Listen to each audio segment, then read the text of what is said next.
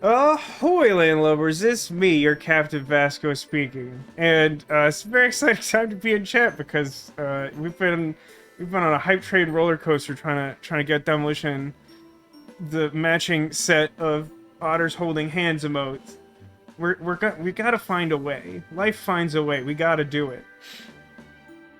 Um, but yeah, we're gathered here today on the 18th of February in the year 2022 because we completed Strong Week.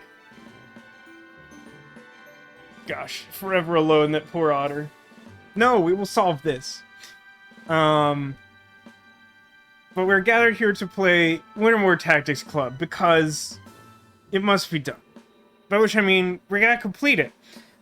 I think where we left off 2 weeks ago is that we were like very close to the end of chapter 6, and I looked up just this much information today because I was trying to decide how much to commit to trying to finish this game this weekend.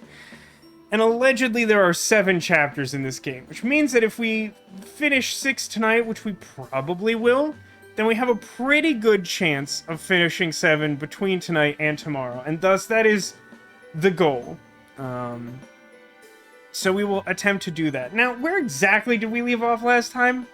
I don't really know how to quantify that, because we spent, I think, the literal entirety of last stream doing, like, every possible side quest in Chapter 6, other than, like, I think one last unlockable skill or something for one of the characters. I think we will maintain the really informal choose-your-own-adventure style to this stream that we did last time, which was, I was a little checked out of the game after one of the bosses, like, legitimately cheating against me and me being really salty about it. And I was like, look, I still kind of want to finish this game, but, like, you tell me what you want to see. And, I mean, assuming that there are still options to be had once we finish 6 and move on to the final chapter, that will continue. It's very possible that, like, once you hit chapter 7, it's just like some big boss fight or some weird thing. I don't know. I really have no idea. But, you know, as a brief summary of the game to date, since it has been a minute since we played it, because of the timing of Strong Week,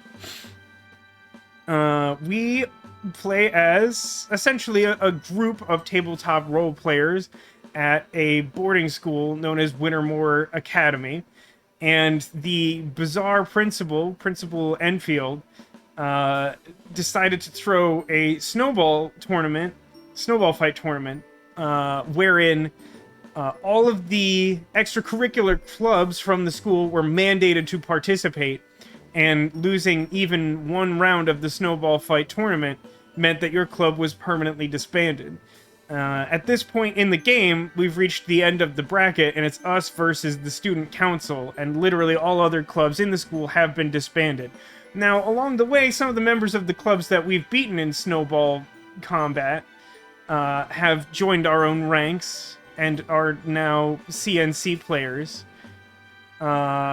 which stands for Creatures in Catacombs or something like that. We all know what it means. You know what it means.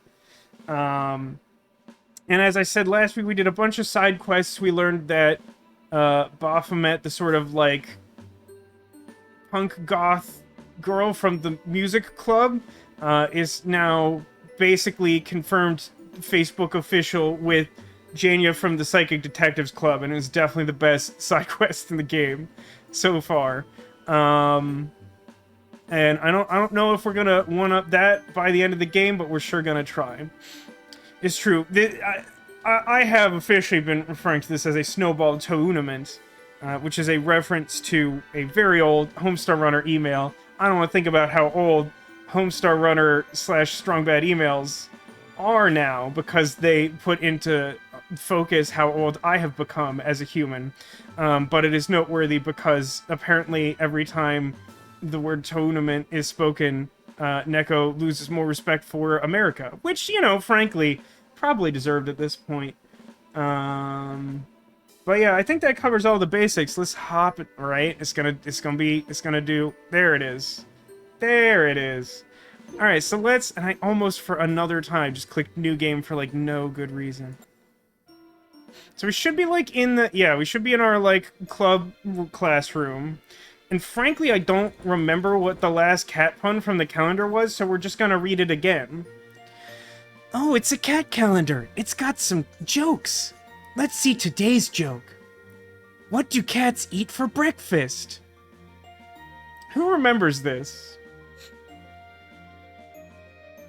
I think my original guess had been Possage, and I think I was wrong. Burrito?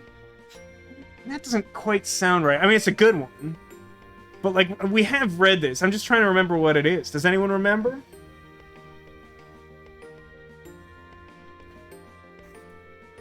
Mice Krispies. See, I don't like that as much as any of the ones we came up with this time or last time. It's not bad, but I feel like we all came up with better.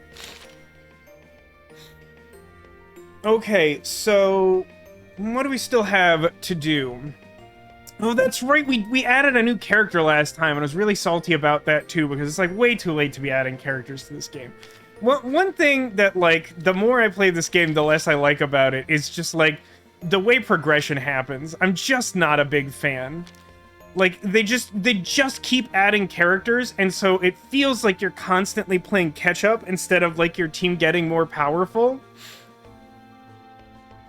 Ooh, Oat Meow is a good one.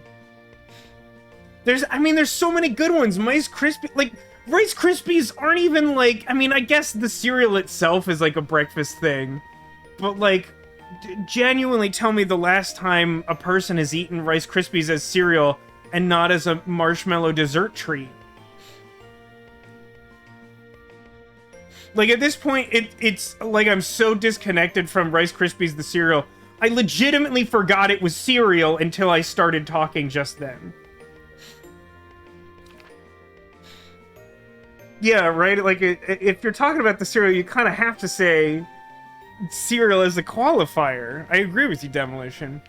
But we added a bat who I guess somehow still isn't officially part of the team. So that's clearly something we have to do. So where are we at with the quests? It's just these two, right? We have to, like, advance the main plot quest, and we have to do...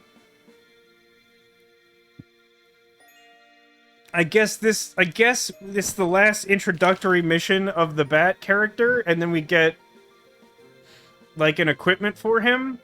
So, like, are we... Chatter, are we okay just finishing acquiring this character? I don't want to speak for us, because we're on Choose Your Own Adventure. Oh, Neko eats Rice Krispies as cereal. There you go. I'm proven completely wrong. Low in sugar and doesn't contain wheat. Yeah, no, I guess that's true. Okay, let's attempt to acquire...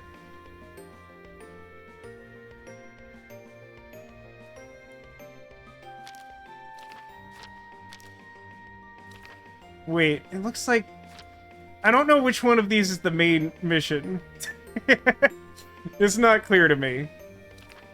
Yes, this man identifies as a bat, which is important because he came to us from the Animal Identification Club, which is this game's really cheeky way of saying he identifies as an animal. But I think literally every person, including myself, who has, like, watched this playthrough of this game, heard Animal Identification Club and was just sort of like, that over there, that's an animal. Do they not have Rice Krispie treats in the UK? That seems plausible.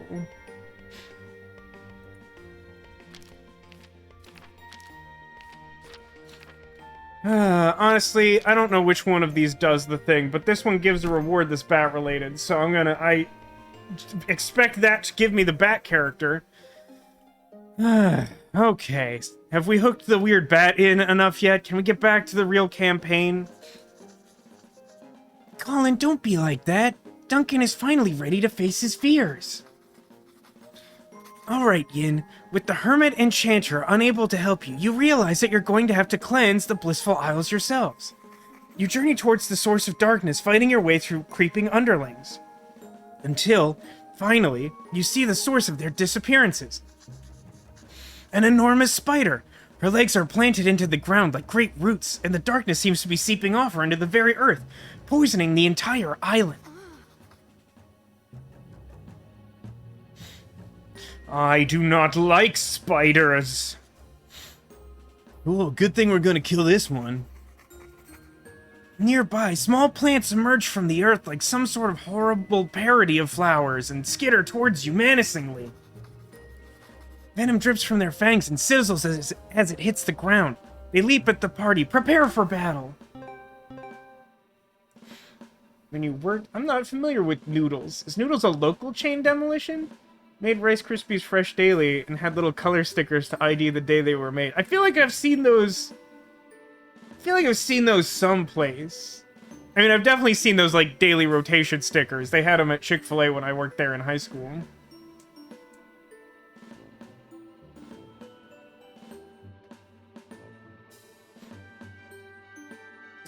Okay, so like what?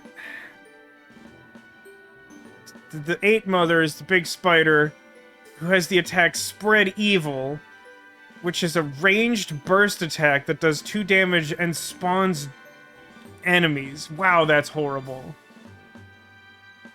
And it makes smoke. This, oh my god, I hate this. God, that's awful.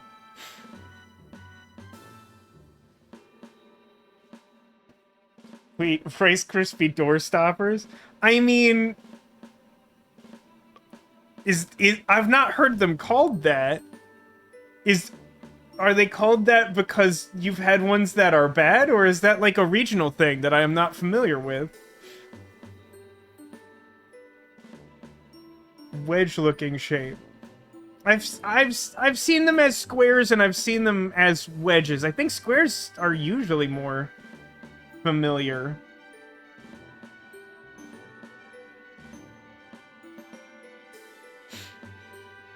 Yeah, I mean, I get that a wedge would be doorstopper shaped. Really? I feel like I've seen that somewhere. Maybe that was like bake sale territory. I don't know. There's gonna be tactics in this game. I should consider them. This is a really small arena, and that's an extremely frightening boss. And the objective is actually to kill it. Sometimes you can get away with like killing all the other enemies against some of the bosses or whatever. The thickness of a Harry Potter novel? Now that seems dangerous. How to killing like a 12 health, just like extremely horrible creature.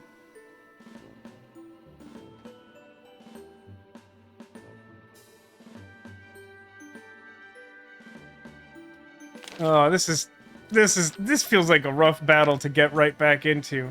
I don't think I want Hecate mostly because I don't like Hecate at all. She's probably in the party because I think we just finished getting like her ultimate move and she was required for that. Brogy is one of my favorites just by nature of his versatility, but I don't know about him being good here necessarily. Okay, so like one thing... So many characters now. I feel like my character choices should be somewhat influenced by my tactical powers, which are sort of like my special moves. So like the bat character has the ability to like make like a burst of brambles, which I guess slow enemy movement speed, and thus like that might be like a course of action against the Salt Shaker.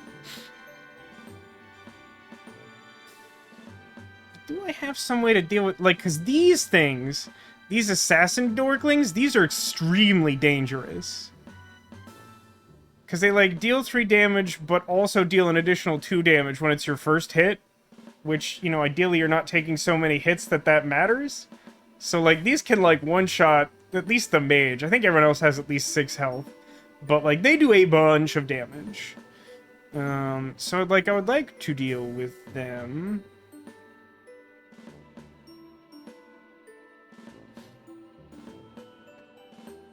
If I could move the rogue...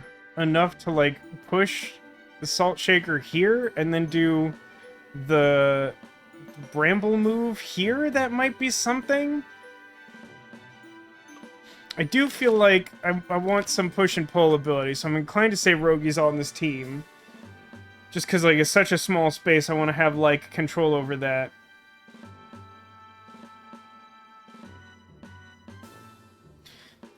I don't know. Oftentimes I like Horseman. Horseman is good.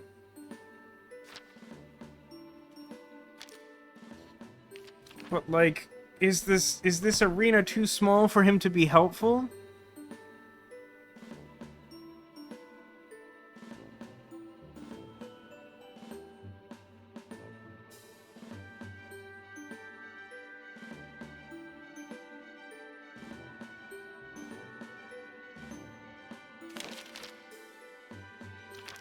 Yeah, this is a tough fight to jump right back into, I'll say that.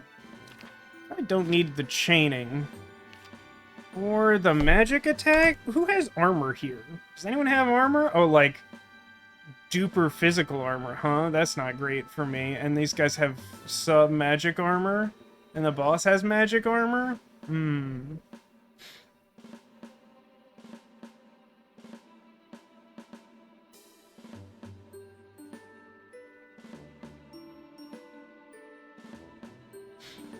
Oh, wait. You know what? I forgot something. We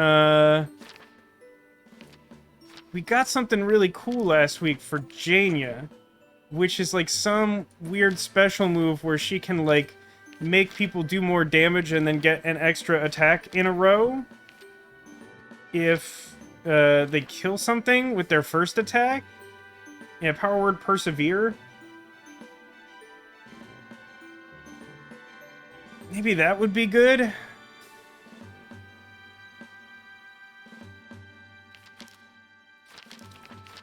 And a big question I have is, like, do I want to make my grapple attack magical? I think no, because I think the things I mostly want to use the grapple on have magical armor. So these characters, and, like, do you have any equipment that I care about at all? I mean, I can't do any of that. None of that matters. Alright, so the plan is... Actually, I do need to check something on Rogi's sheet real quick. It's current...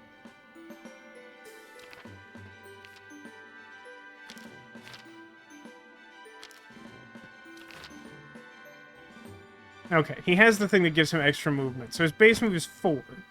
So he could go 1, 2, 3... No, not enough. I'm too far away to push the Salt Shaker where I want it to go. Which means... that he will need to move here. Power Word Persevere's not gonna work, is it?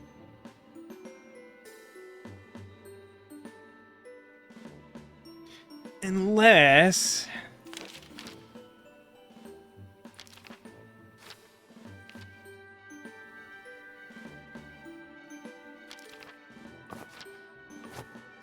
if I make his grapple attack magical, then the assassin guy doesn't resist it anymore. So then it deals 2 damage plus 1 ambush damage. No, it still doesn't actually do anything. No, wait, it does because Persevere gives plus 1 damage, right? Yes, plus 1 damage. So I guess the plan is to move here, magically grapple this guy to death, and then magically grapple this one into range. Although that, like, seems kind of bad for me also.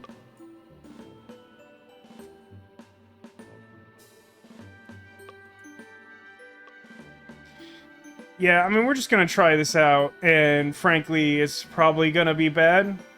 Probably make some bad decisions here. Like, I feel like I'm gonna take a lot of damage. I think I remember your voice, kind of.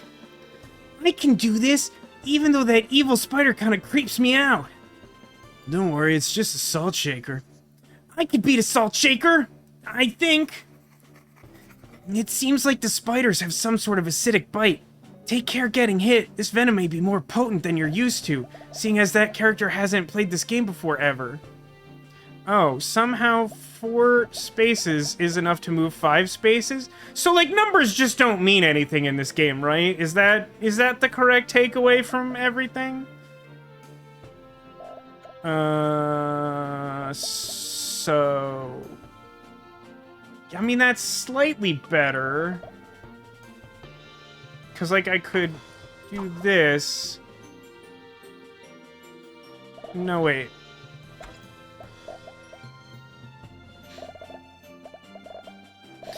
I think this makes sense.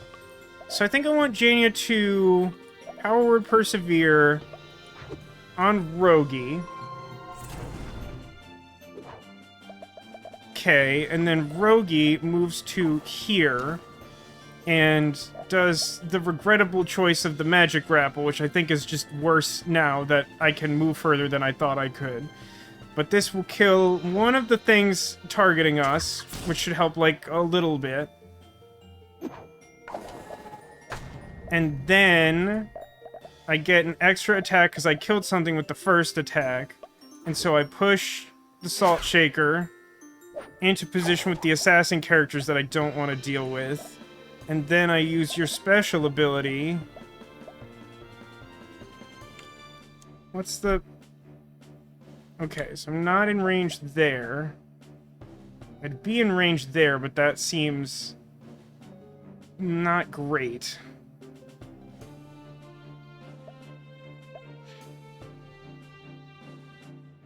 Am I in range there? So, like, if I move here... Yeah, okay. I want to be a couple squares away so that I don't... So that the Salt Shaker doesn't just, like, move and attack. Although, Jania being next to the bat is extremely bad. Because there's burst 1, so I should endeavor to have them not immediately next to each other. Which, oh, is this a space?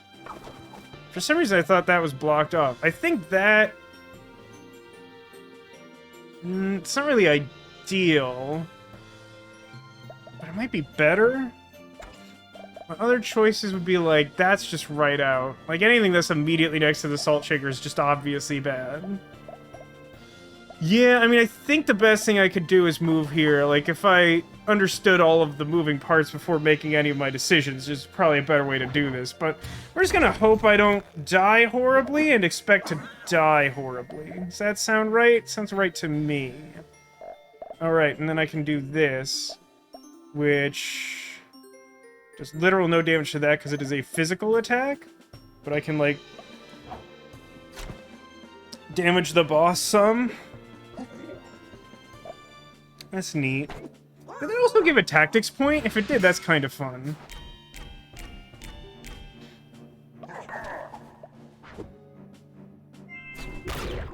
It attacked... Oh! It attacked the thing that was, like, good for me. Wow. Wow, that turn went, like, way better than that should have gone. Because the boss decided to block everyone else from attacking my most vulnerable character, and then, like, attack the least helpful target for him. That worked really good for me. Hello, Kat. Welcome to the stream. How are you doing today? Tonight. This Friday. You know what I mean, maybe. So what's your basic attack like? It's physical damage? And it does, like, a lot of damage? Like, I can kind of just, like, kill this, right?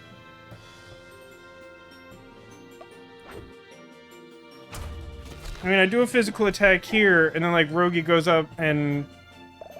I don't know, like, bombs it? Is that physical? Sure, why not?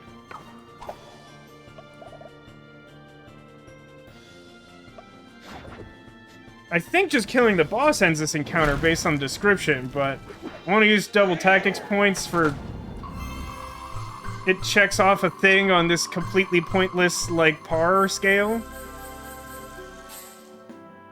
I need to choose 3? How did I need to use 3? What does the game think that battle looks like? If that game lasts long enough for you to use 3 tactics powers, I'm pretty sure you lose. We got an upgrade for Bat Friend, which gives him physical armor and movement. That sounds really good by comparison to most of those.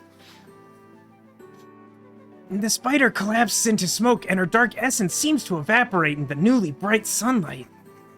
As you look about the devastated battlefield, suddenly an exotic bird alights on a branch next to you and begins to sing. That's a great point, Demolition. Powers used and turns taken are contradictory. There are things you can do to get tactics points at a faster rate, but, like, a requirement of 3 means you have to use, like, 10 more tactics points than you start with, which is, like, generally, like, a minimum of 3 rounds to set up, especially with as few enemies as there are there. Like, well, I'm glad to hear that, Kat, that the schedule in your department is improving. Sometimes just little improvements over time can really make a big difference in your work situation, as has been evidenced over the course of this week, with, like, people actually doing what I need them to do and not requiring me to call them every single day, which is good for no one. Can I just stress that, like, if I need you to do a task that takes less than 5 minutes, and you require me to call you every single day, that's just bad for both of us, and please don't. It's not much, but that bird is a sure sign of life returning to this place. A good omen to be certain, as though the island itself thanks you. Thank you, my companions, for your assistance. I could not have done this without you. Don't sweat it. Helping's what we usually end up doing. Now that your island has been sanctified, will you join us? Your power is mighty, and our questing sees grave dangers. Really? You want a flying fox like me on your team? I'd be more than happy to join you. Hope that was worth your coin, Alicia. You're not getting another one after using it that way. The thing I don't want you to do. I'm a grumpy wet blanket. Oh, Colin, I didn't...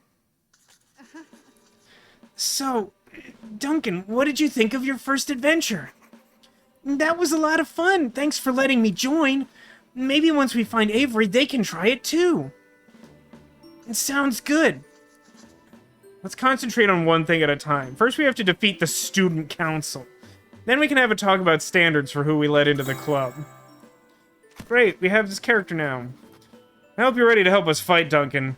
It's all of our duties to defend Tactics Club. I can do what I need to. I'm ready to help. Party in the club. Okay, so now I have more challenges. Unnecessary spectacles? That's weird. That's a weird one. Or we can do... whatever this is. So I think we're down to just, like, these challenges until we, like, run out of challenges or decide to battle the student council. I think. Although, in order to challenge the student council, we might have to finish the Duke of Dissonance. So what say you, chat? Should we continue to unlock bat-related things? Or should we advance the plot with no regard for unlocking all of the things?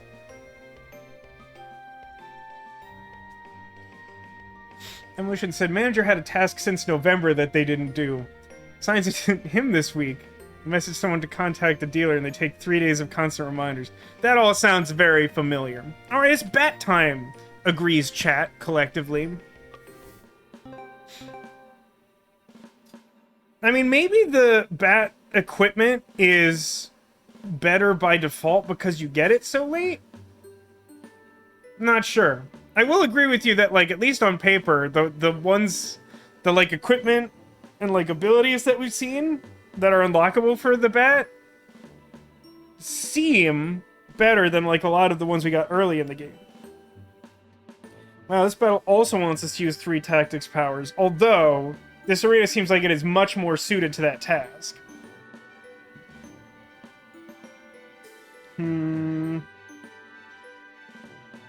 Now, part of me says that this is a horse mage build, which would mean putting the chaining mist on the trample guy, our equestrian cavalier friend, so that he would like extend down past our placement area, like run through the assassins, and then the mage would just spark and hit everyone for a bunch of damage. I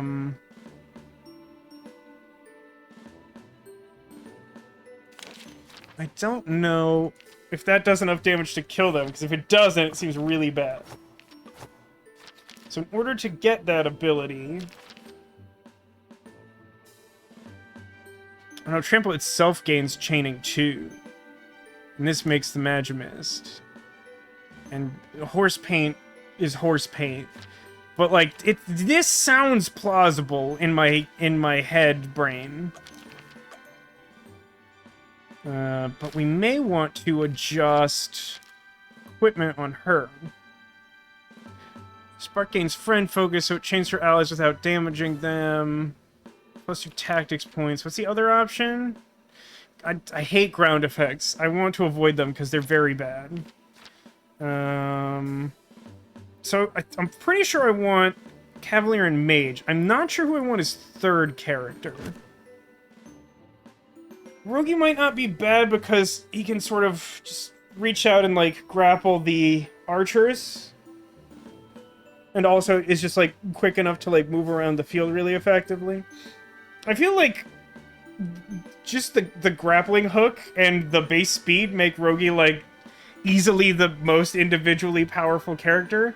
It's balanced somewhat by the fact that his, like, tactics abilities are kind of garbage, but, like, they're passable. Like, they're not completely unusable, they're just, like, not great.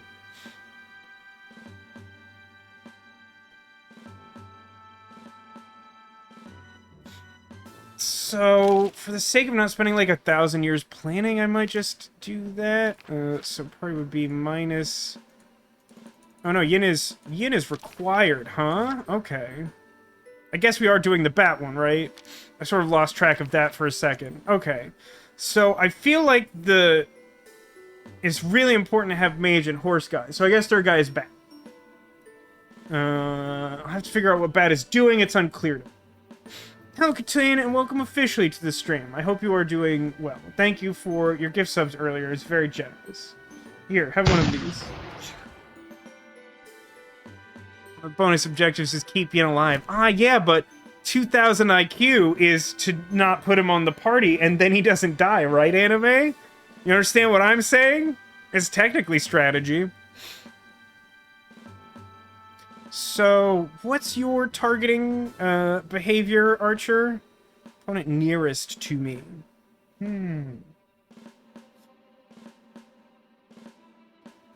It's a little problem-y.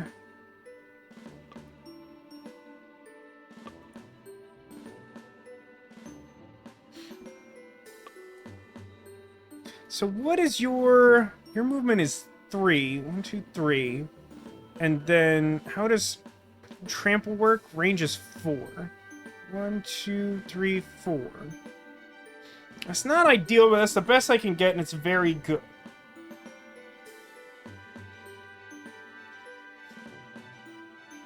I think I want Mage, like, really far to one side, so that, the archers don't try to target her. I mean, I guess just by nature of, like, the horse guy moving, like, he will be closer than her. So maybe that's not essential. But if I do need to move her later, it's, like, really hard to get her, like, around this body of water in, like, less than 3 turns. That's a good point. Game employs 3,000 IQ, forcing me to use Yin. Yeah? You're definitely not wrong. So this guy has 2 movement and a range of 1. Yeah, I don't think I want mage there. So maybe maybe the correct move is to... Just gonna sit down there for a second, but then, like...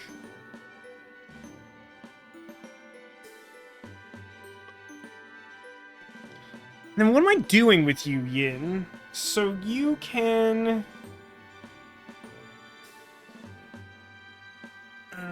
remind me what abilities you just got added with the equipment you actually do have. You have... +1 physical armor and movement. So I'm still basically relegated to either like close range damage with him or his like mid-range special move with turret thing. I don't like immediately need to use anyone else's tactics ability. I'm using like a combo play of basic abilities to try and chain damage here. So I'm probably using Yin's tactics ability. I do need to try and get 3 of them, which is just preposterous, just actually ridiculous. But he's got like pretty good movement, so if I need to like reposition him, it's probably fine. But I think I'd rather have him in a flexible position for now.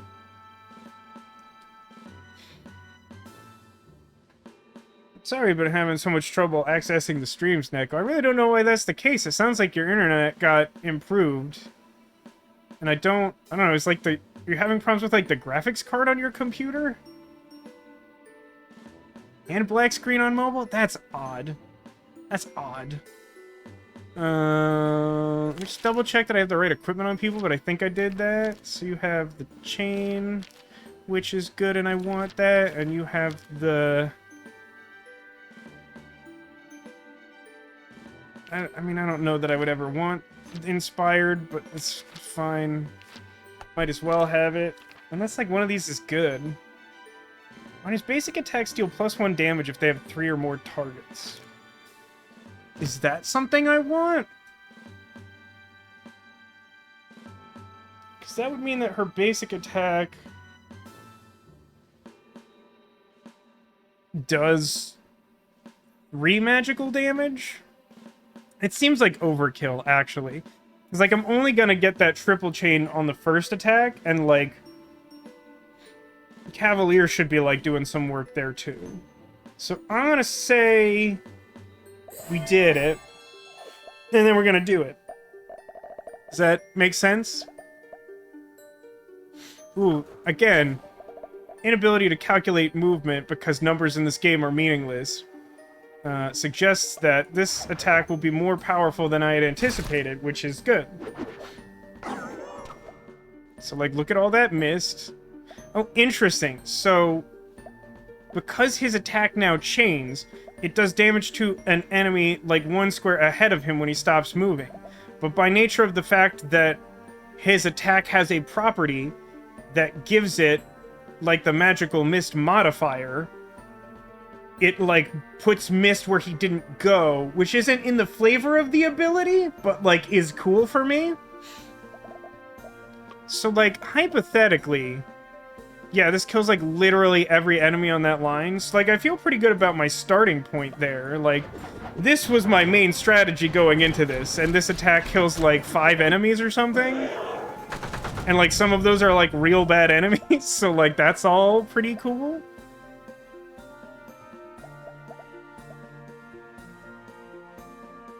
So what's the range on your this guy move? It's 3.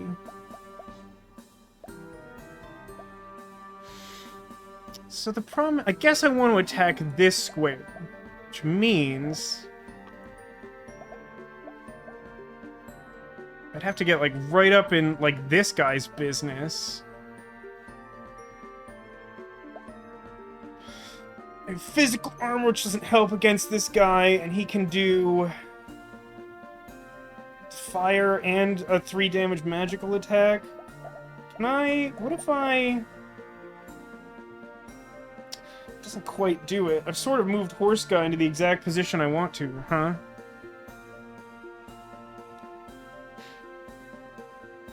No, I didn't realize your phone was 10 years old. Yeah, I mean, I guess that's gonna give you problems. And then your laptop has a CPU that's just overtaxed to the point that it just being on runs into 100% CPU. So I'm gonna go ahead and assume that life has not provided you an opportunity to get that laptop you were waiting on. And for that, I am sorry, Neko, because that sucks. I feel like, at the very least, you deserve that, and I am disappointed on your behalf.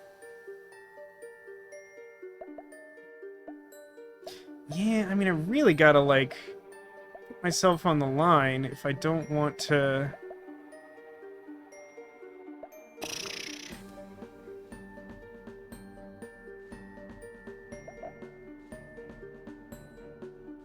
I don't know. I'm gonna do it. I actually think there's definitely some risk here, but I think it might actually be riskier to not do this, as bad as this looks on paper. So this does... So the main attack is magical, and so the magical armor on that dude protects him fully. And then I can do...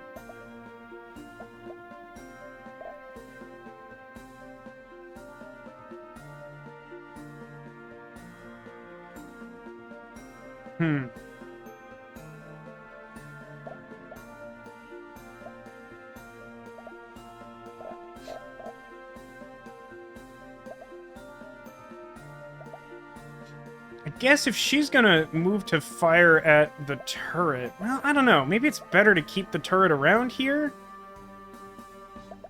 But the only reason I'd want to keep the turret around is to have it do more physical damage to this guy. So I think I just hit this guy.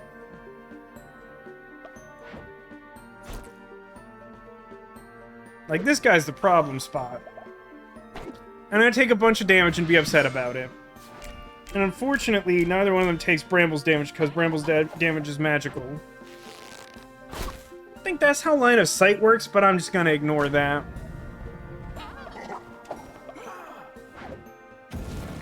Oh, that's like some sort of burst thing that I didn't read, huh? That's great.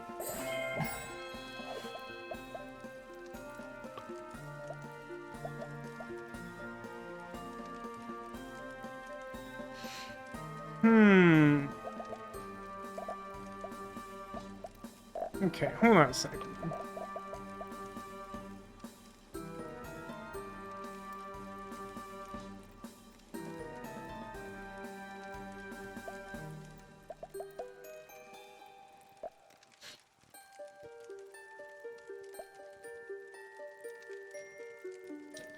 Yeah, I feel really bad at this game, which isn't unexpected because I'm pretty sure I'm just bad at this game. I'm pretty sure a thing I want to do is, like,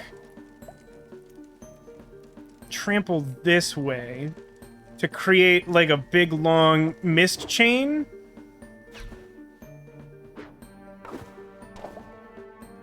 I guess that does no damage to him, though, huh? But I could do a physical attack, which is something. Why read powers? Whose line rules? The damage is made up and the hit points don't matter. I mean, you're much closer to actually correct than joking, Sarah, whether intentional or not. But, like, some of the numbers in this game just, like, don't work correctly. Apparently, like, your movement gets counted, like, starting a square away from where your character is, which just, like, genuinely doesn't make any sense to me. So, I mean, if I bite this guy, it does, like, a lot.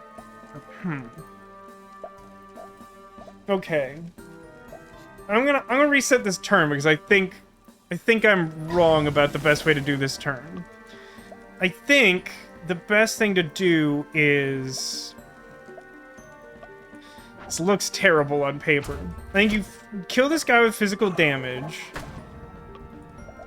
And then you move here and do...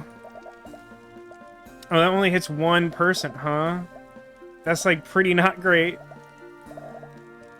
Yeah,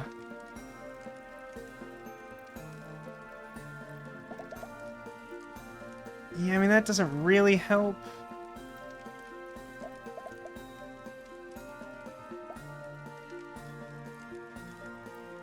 Well, here's a question.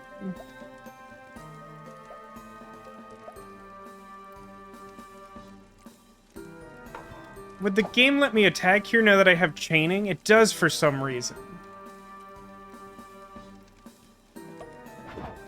I'm just gonna tank a bunch of damage because I'm really sick of reading numbers. Oh, that was still my arrow attack. That's not what I intended to do. I thought I was on the trample. There's a lot of fire now. It's possible I created too much fire.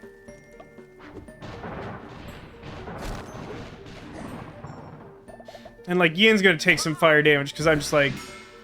I mean, that was, like, a calculated risk, but it's bad, and I don't like it. And somehow I'm standing in fire... that fire must have come from the other guy's attack. That's not my fire.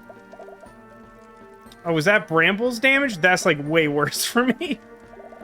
Yeah, I really wish I had used the correct attack there. Okay, so, like, what can I do to, like, be less dead than I am? I mean, it's not great that I'm not in range to attack anyone with Yin. Nor can you go anywhere. Yeah, really wishing I reset that turn a second time.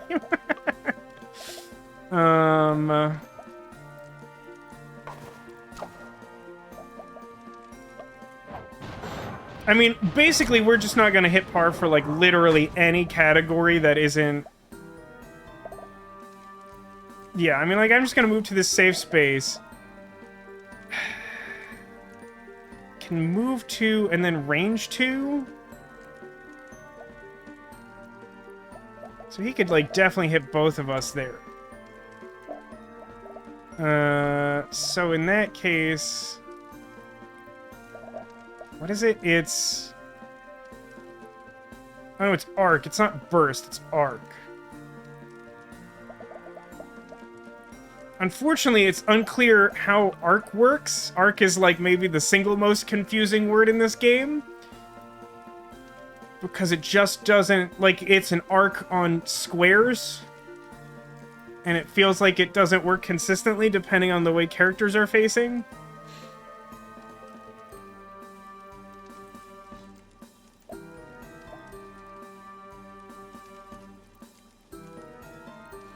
In order for Arc to have a chance to hit the bat here, he would have to move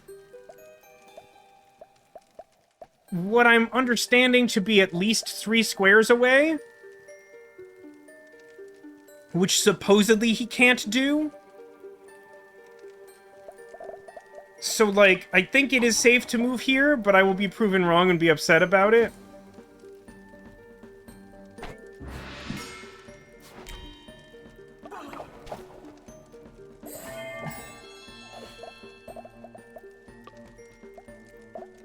Oh, please be on the right move there. Let's move to here. And then attack there, which does, like, negligible damage, which is great.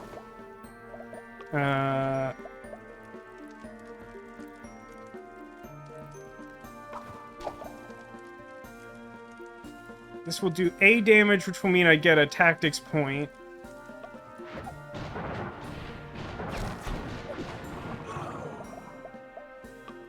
And then, is there actually a way...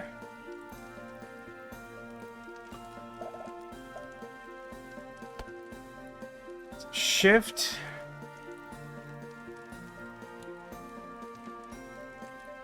So if I do this and then use its physical attack, I think that kills him and fulfills the 3 tactics powers, which is a requirement to win.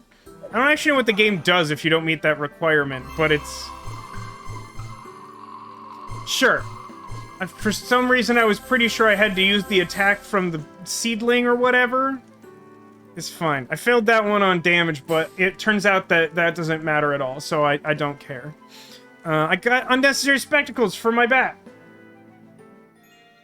So where does that leave us? More bat challenges? We can get his 10 points tactics ability, and I can't stress enough how useless these are.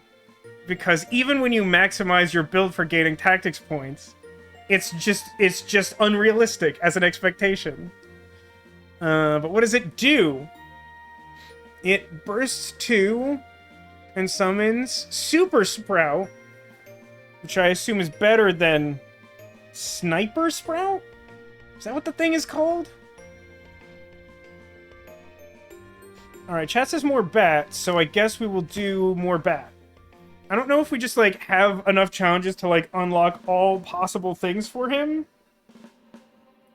Super unclear to me. Let's see what we did unlock, though. So the unnecessary spectacles are in the same specialization line. And enemies deal -1 damage for a turn when his basic attack is used against them. Like, that's, I mean, there's literally no cost to adding that for now.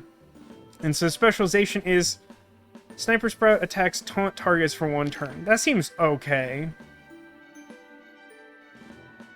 The other specialization is kind of weird. See, Dispersal has no cooldown. Normally you can't use the same character's tactics power on 2 consecutive turns, but I guess you could in theory.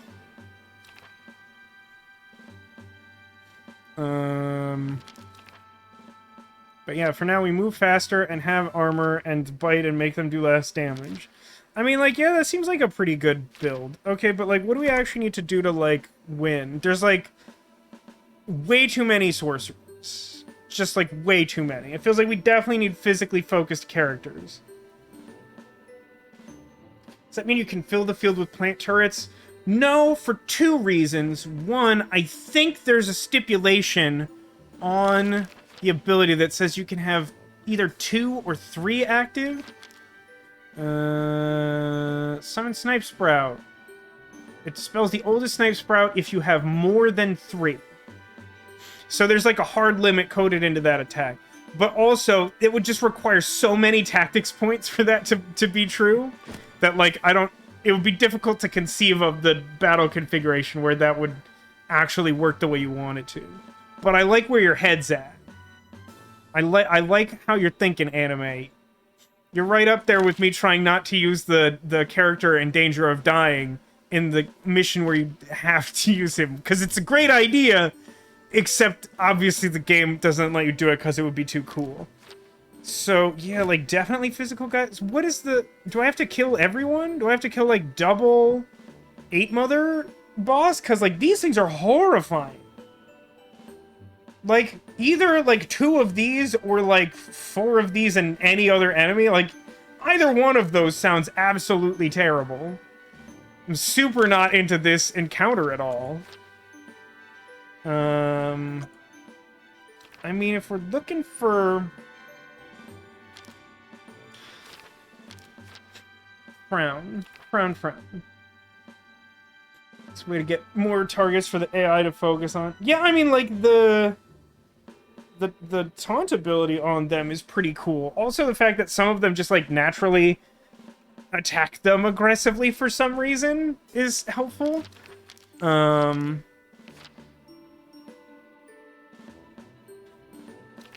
in order to have chaining, it has to be magical trample. The alternate version is just not great, frankly. So, like, other physical characters are like the Paladin and Baphomet's Devil Lady. Oh, yeah, wait a minute. Her has burst 2 and chaining. It's 3 damage and...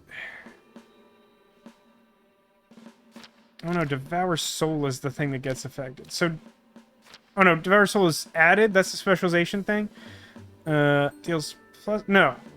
It modifies it. Plus 2 damage to enemies at full health. So what would Devour Soul be?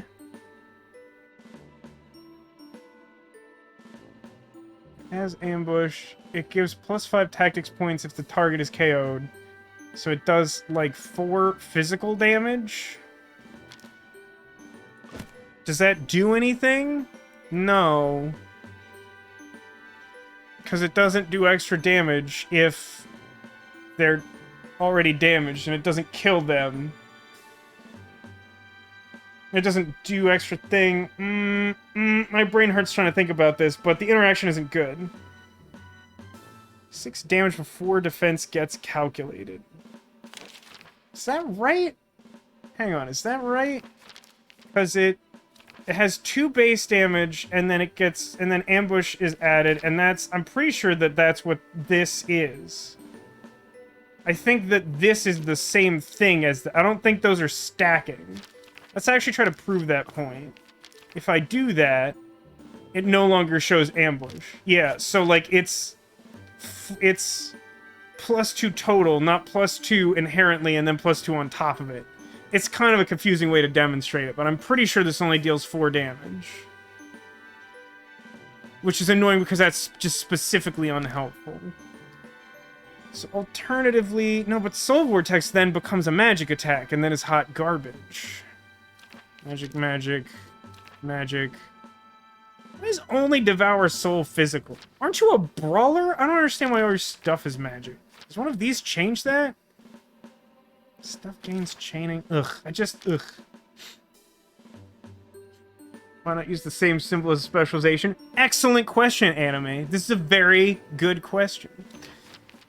So let's remove that and probably give the completely useless ability. Yeah, like that's not gonna help at all. But like the ground effect might help a little bit. It's like Rogi's it.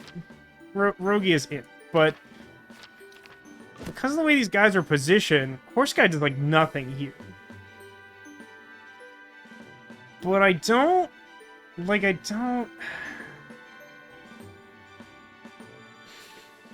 Now, if I could use Jania and have her use her mind control on an ape mother, and then have that... Like, have the enemies they spawn continue to help me instead of them, I'd have a strategy here. But that almost definitely doesn't work that way. So, like, does that leave me with Eadwald? Because just, like, doing any kind of magic seems terrible here. I guess there are parts of... Well, Yin's in by default. So,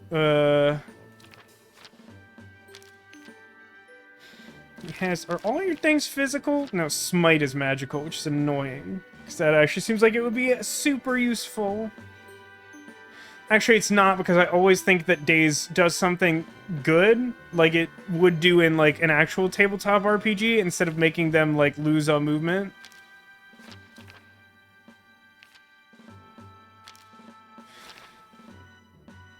So movement and push is fine.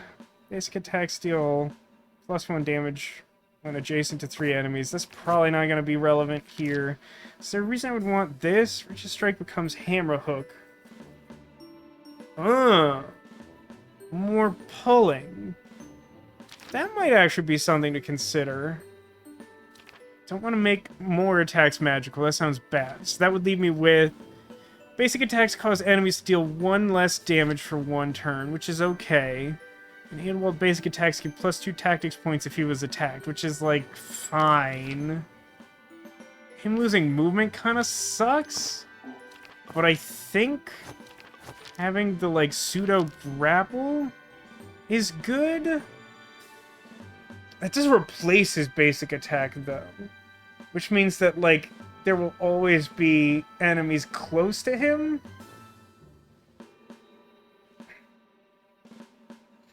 I don't know, I feel like that's just where I'm at, unfortunately. Like, I don't like the way this looks, but, like, I don't know what else it would do.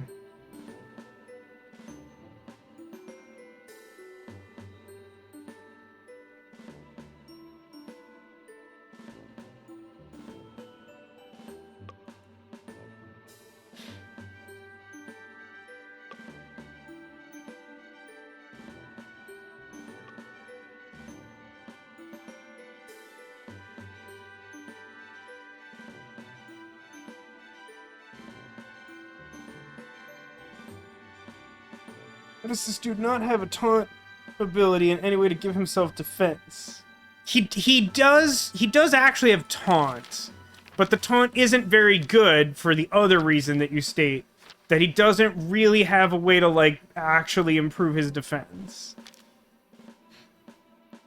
Like, if he attacks a specific target, then it deals less damage to him, and I think that's, like, the defense buffiest thing that he does.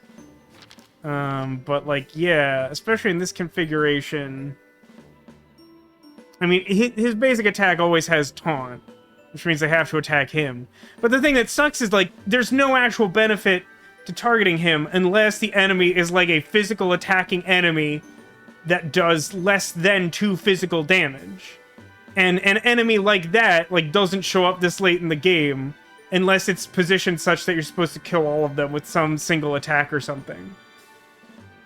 Also agree that, like, it'd be super cool to recover health in this game, but I think, anyway, the reason for that is that this game has this judging system of, like, determining how well you do in the fight, and it's, like, based on, like, how much damage you've taken, and so to, like, prevent that calculation from becoming more complicated, you just can never gain health.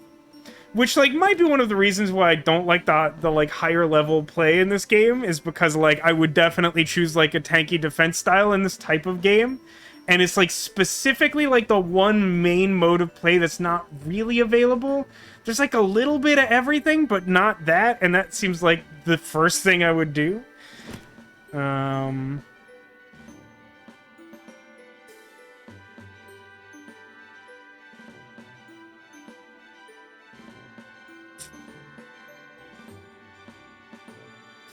It's a weird thought.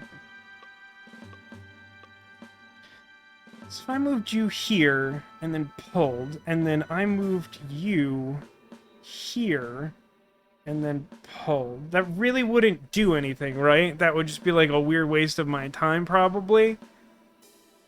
Just trying to figure out some way I can, like, get, the brambles hit, like, multiple characters, but, like, honestly, that's... just kind of bad. How does, I don't play the Paladin very often. How exactly does his tactics move work? Range 1 and burst 1.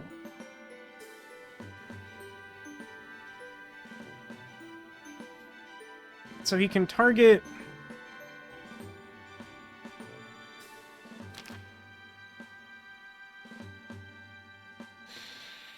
Yeah, I don't think there's a way to...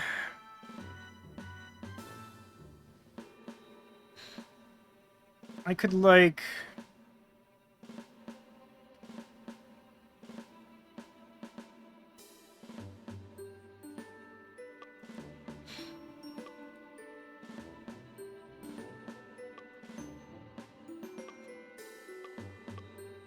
I'm really not sure what I'm doing. I think I want to, like... Let's do it like this. I think I want to have Rogi move to here, grapple this guy, have the Paladin move here and hit both of them. Or is that lethal damage? I honestly have no concept. It would do... not this one. 4 damage? Or physical damage, which would be enough to kill the one that I grapple and not the other one. Which I guess is fine. And then I guess I just need to have... well, no, I guess then I could have Bat Guy move in and finish the other one. Yes. Yes, I think that makes the most sense. Then I'm, like, in the least danger from anyone, like, counterattacking. I'll still probably get hit by one of these guys. This all seems terrible. Like, I don't like the setup at all. It, like, strongly encourages me to use some of the characters I, like, understand the least. Including one that I maybe dislike the most. Now, can I even execute the thing that I just said without, like, goofing it hard? Because I'm not convinced that I can do that. So I'm going to move here and grapple to there. And that does enough damage. So I think I want to do this, and then...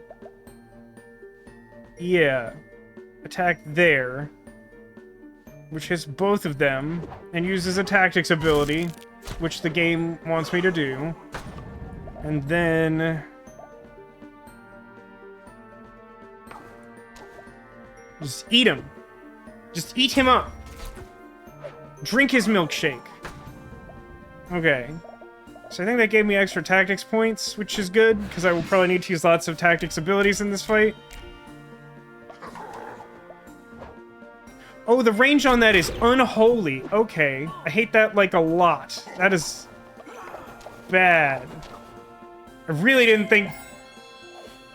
Is that even worse than before? What is the range on that? 4? I'm sorry, that's like 6 squares away. That's not... This is not what the number 4 means. Can chat just give me some validation here that, like... I don't think I'm terrible at this game, but there are times when its numbers just stop meaning things. Like the furthest south square from this guy is more than 4 squares away from him. There's just no way that math works out. Like 1, 2, 3, 4, 5. It's literally 6 squares away. That's just not what the number 4 means. It just isn't. You can't convince me otherwise, because you're lying if you try.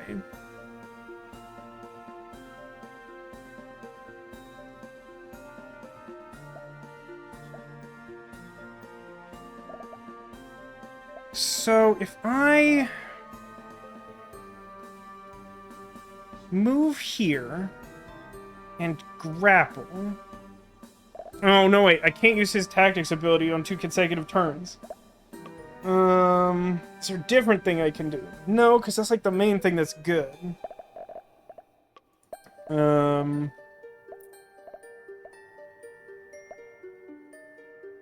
Yeah, that's a problem. Well, the furball is part of the attack. One of the reasons that this enemy is so upsetting to me is that it has an ability called Spawn's Dorkling. And now, admittedly, Dorkling by itself is just like the actual least intimidating enemy in the game. It's relatively easily killed and doesn't do a ton of damage. But like, it spawns more things that get more actions to hurt you. And there's 2 of this creature with that ability, and they both have 12 health and resistance to magic attacks, when I would, like, really prefer to use magic attacks against this type of onslaught.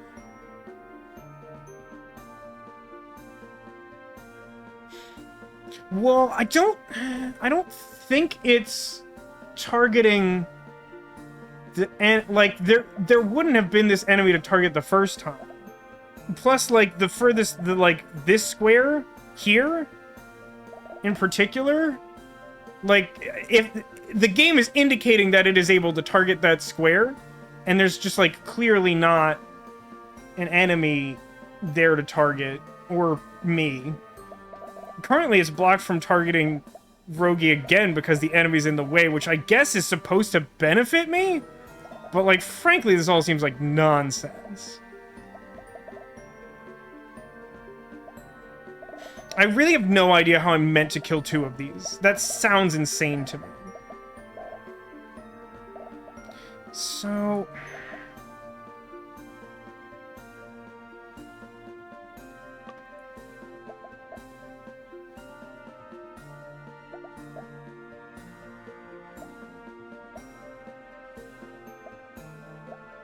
So I do 3 damage there. And I guess I could stand here and do another 2 damage. So I could kill this one, putting Paladin at some risk.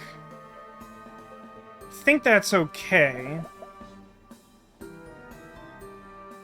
don't think there's a better thing to do. Like, hypothetically, I could, like, move here, push this guy with Rogi to the corner, then have the bat move over and use its tactics ability.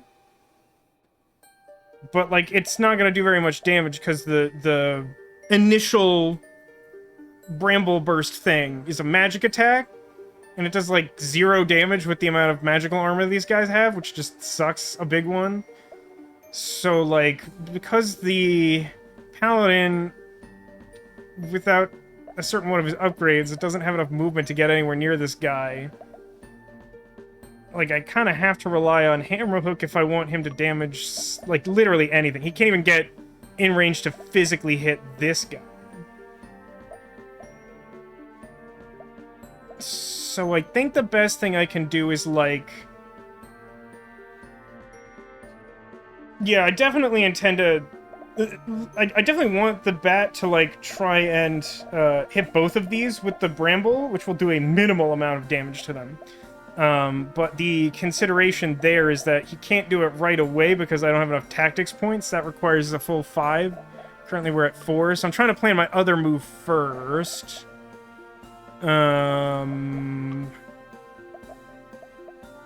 This guy's actually kind of a pain. Like, he's only gonna do 1 damage, but I hate... Well, I guess the things that will be in range for it to attack, he literally can't damage. So that's actually fine in the short term. Okay. So with all of that in mind, I think it is correct to, like, move as far out of the way as possible from Spider Mom. Shove this guy for a bunch. Grapple him to death just so there's, like, fewer things to worry about. Have, like, a negligible amount of spare tactics abilities. And then this one...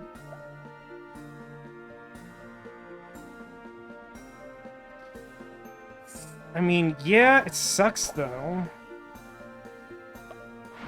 So it'll slow their movement, but their range is just, like, absurd. So I don't know that that matters a ton. And then this can attack... I don't know, like this one? It's interesting that the Snipe Sprouts are able to add tactics points. It feels like that should be broken, but, like, somehow it just seems fair.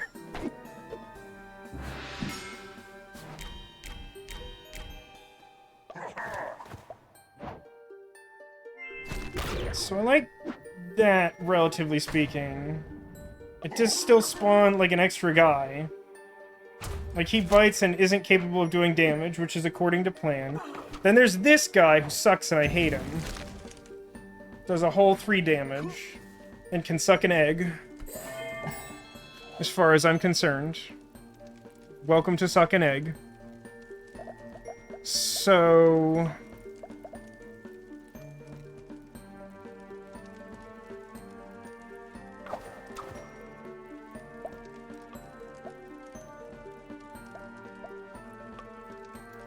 Okay, that should work. So I think I want to grapple this guy while he's still at full health. Because then I get extra rogue damage. Then I need to move to here, which is safe to do. And then pull him, and for some reason that gives me a bunch of tactics points, and I don't remember why, because there's, like, a lot of things in play. But it kills him, so I don't have to worry about his, like, fire burst anymore.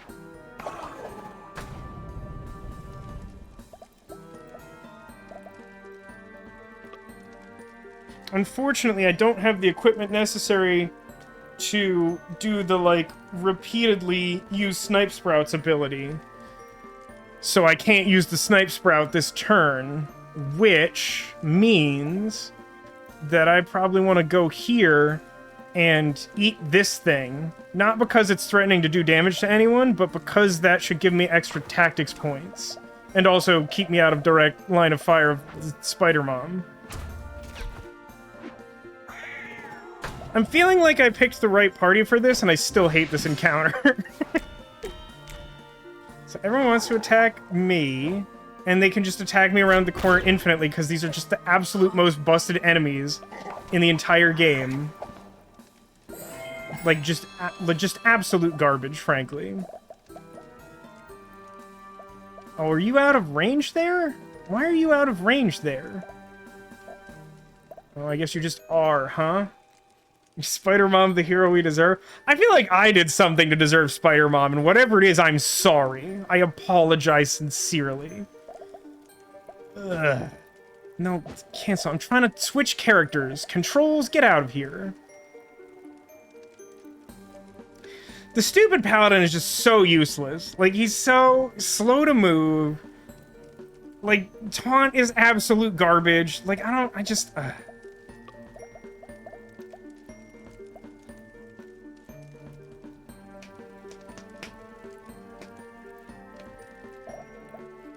What's the furthest you can move, Paladork? I mean, I guess I can attack from here, which honestly isn't the worst. Because if I use his grapple attack from here, I think it should kill this guy by dragging it into the fire, because it shouldn't have any resistance to that. So it should get me a tactics point, and then I can, like,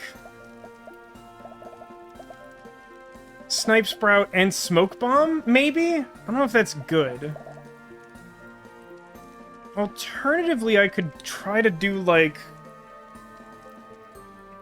I can't get in range for super hard kick. And I kind of need to use tactics abilities like, nah.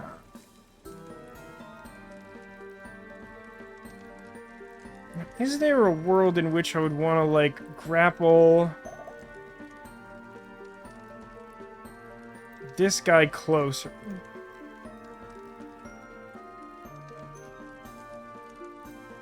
I mean, if I did that, I'd never be able to not get shot by him ever again, which feels inherently problematic, but also just, like, the most damage I could do if I use, like, Rogi to grapple him into a position where the Paladin could attack him but take damage, then I could do, like, 4, like, 5, 6... I think I could technically kill this one, but it would be very costly and probably bad. Now, the bright side is I think that second Salt Shaker is still brambled, so it can't move very far. Hi, Zacula. We're doing some endgame tactics trying to get bat powers. How are you doing today?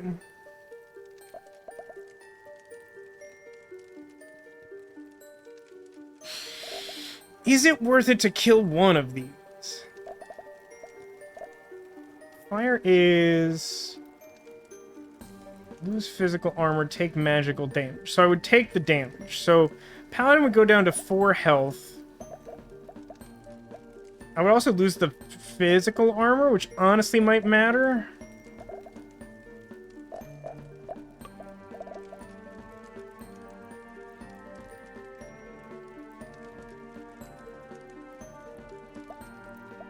No, wait, I don't think this actually works. In order to do the Paladin's this, I would have to be able to... Hypothetically, if I move you out of the way, would... No, you still wouldn't be able to move there. Okay, I don't think I can actually do that thing that I want to do that's not good anyway. So I think I have to do something else that isn't good that I also don't want to do. Does that make sense? I think it medium.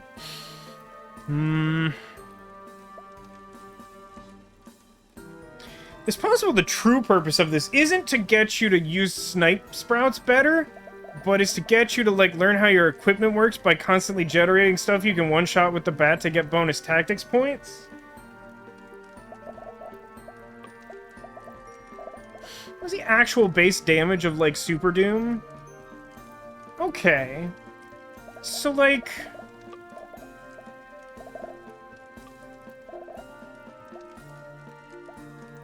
Gosh, it's quite hard to get into range of that, huh? If I move here, though... That should work. That honestly should work too, but this would kill the creature, which honestly doesn't help me at all.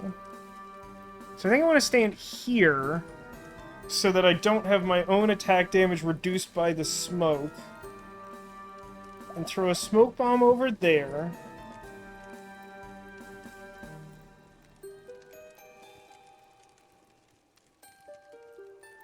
And then, like, eat this guy and, like, I don't know, move the Paladin, like, somewhere? He just sucks so much. I just don't like him at all.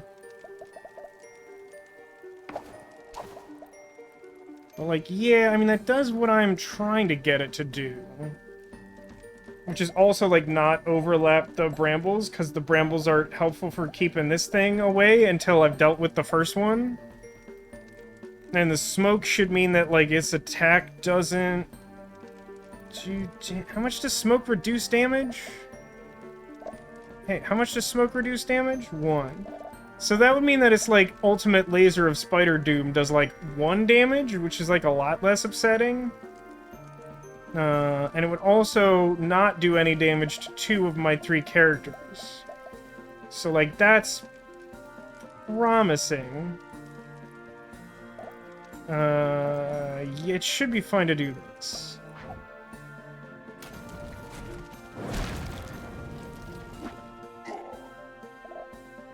Because I don't think that there was any meaningful way for me to get close to him with someone who would want to attack. So I can, I,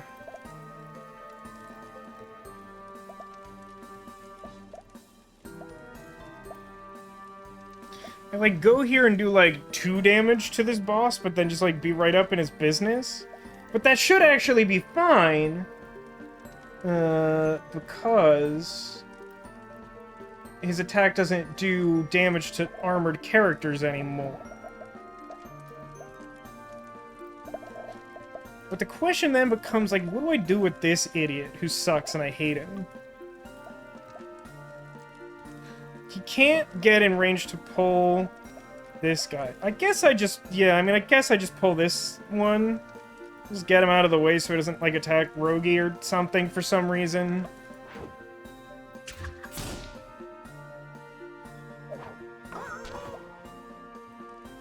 And then I could use a tactics point, or use a tactics ability and, like, bramble. I think I would rather do that next turn. Because I assume this will move 1 closer, and if I get up in his business and attack him and he won't be able to physically damage me, then I should be able to hit both of them. I think that's better. Slightly better.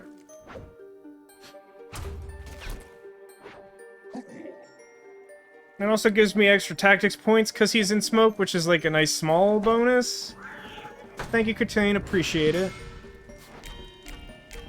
Oh, everyone wants to attack Magical Trevor, huh? I mean, like, 0 damage, but make a guy. 0... No, 1 damage? Why is that 1 damage? Isn't he still standing in smoke? I don't know why that one did damage. My understanding of mechanics suggests that still shouldn't have done damage. Also, they didn't move the way I wanted them to move, which isn't great for me.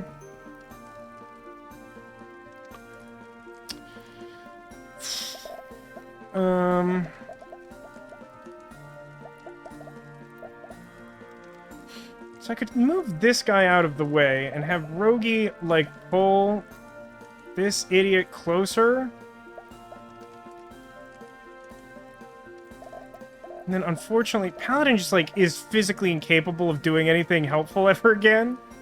It's a bit of a problem. I mean, I can, like, continue to, like, drag these idiots into fire. No, that doesn't even work. He's, like, slightly too far away now.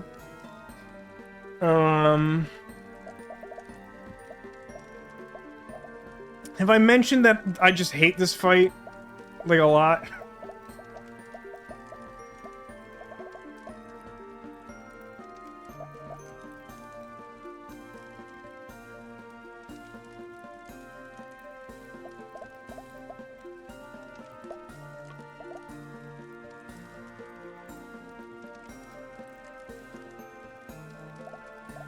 Something I can do. I can push this guy. And then...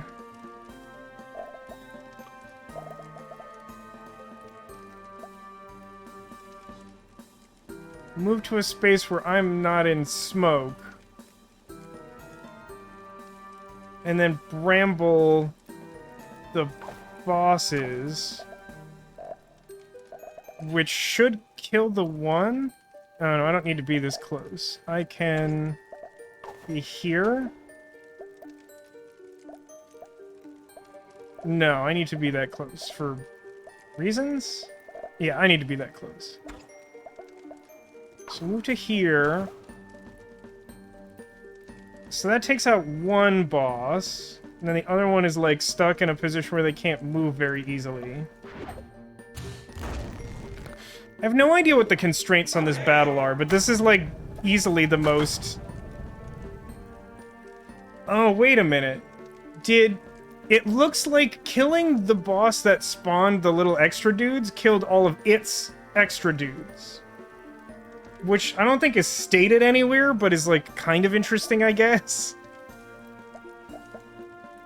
God, this thing still has, like, a bunch of health, doesn't it?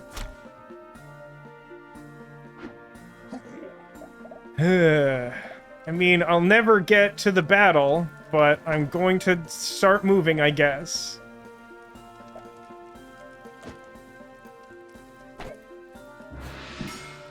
So I think the smoke should prevent the little guy from damaging Rogi. That taunt is helpful. Yeah, it made another stupid dude. See, I don't understand... Isn't the base damage 1? I feel like before it was saying the base damage is 1, and now it's like clearly just like using different numbers. Yeah, explain this to me. Damage 1 minus 1 from modifiers. That's 0, right? Isn't that 0? I guess maybe it's supposed to be 2 initially, and it's just like another confusing interface way of explaining something that should be clear but isn't. So like...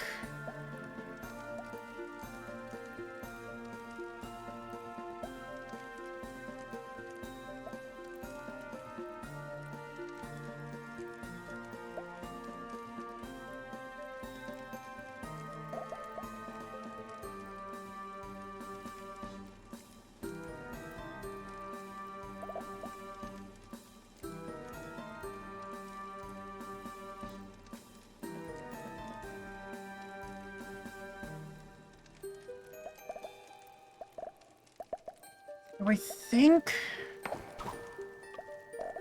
Okay, if that's in range, pull him to here and bring his health to 7. I can then attack him for 2, bring him down to 5. And then I can hit him for... Hammer?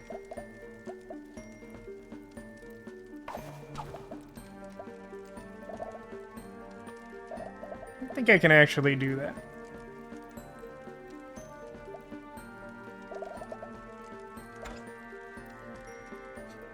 Oh, I dislike this guy so much. He's just so useless. He can't do anything.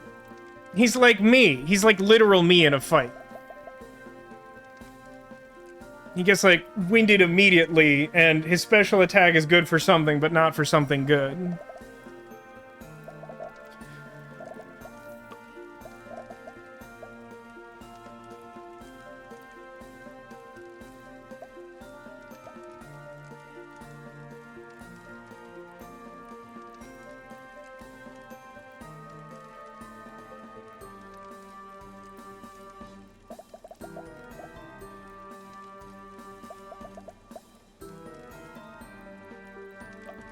Somehow feel like I have to do this. Oh, it increases damage because of an ability I don't care at all about. That's mildly interesting.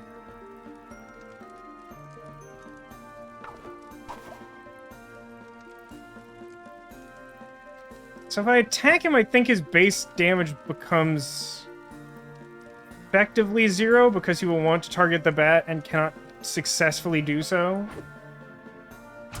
I know that when I finish this battle, if I manage to do so, it's going to say that somehow I should have finished this in like 3 turns or something. And I'm going to be really mad about it because this is easily the most difficult fight in the entire game so far. Like, not even like a little bit close. Like, not even remotely close. They're like, here's 2 bosses and like 5 like mid-bosses. And like, you're kind of required to use bad characters.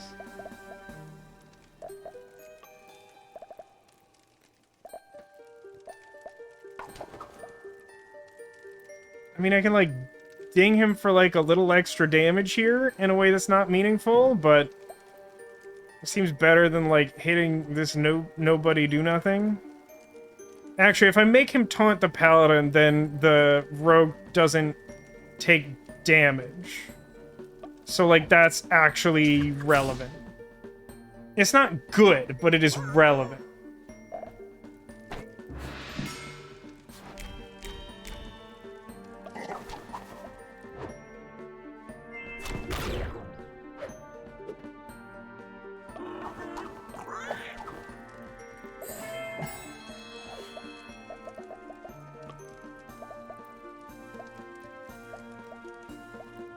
So...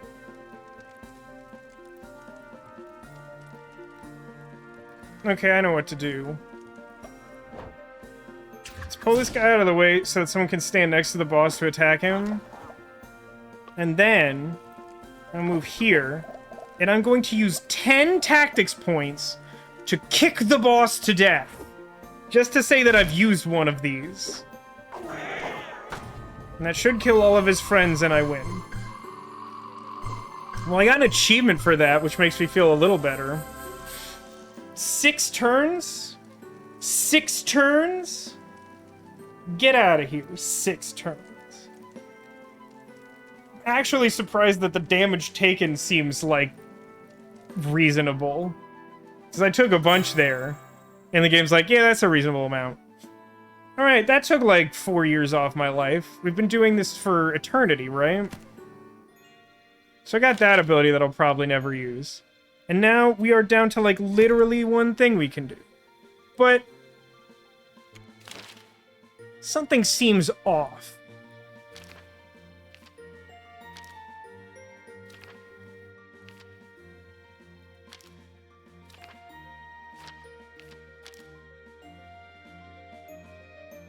I should be able to get 2 more bat upgrades, which aren't listed in the book.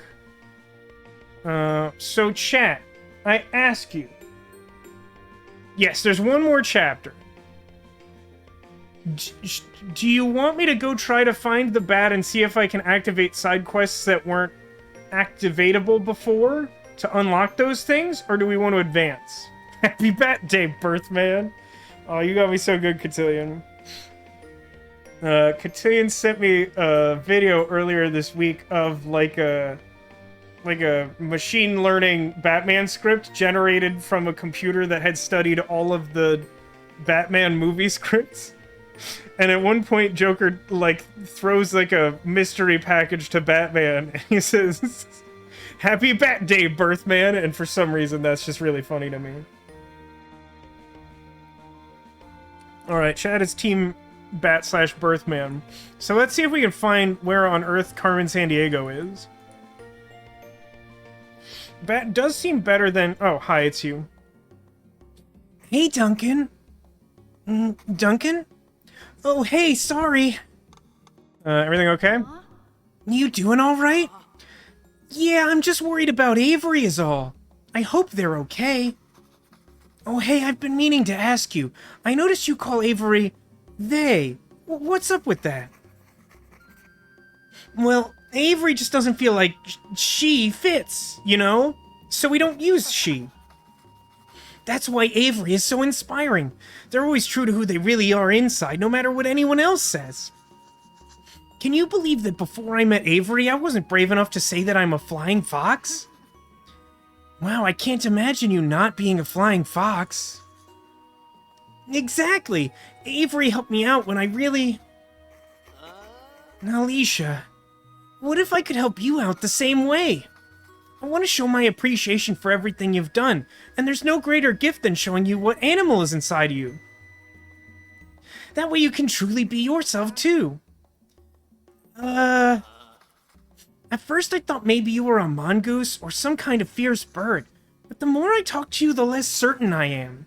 What kind of animal do you think you are? Or put differently, what kind of Pokemon are you? I never really thought about it, I guess. Really? That's okay. Then how would you describe yourself? Oh, chat. It's time for chat to pick things! Would we describe ourselves as creative, hardworking, or shy?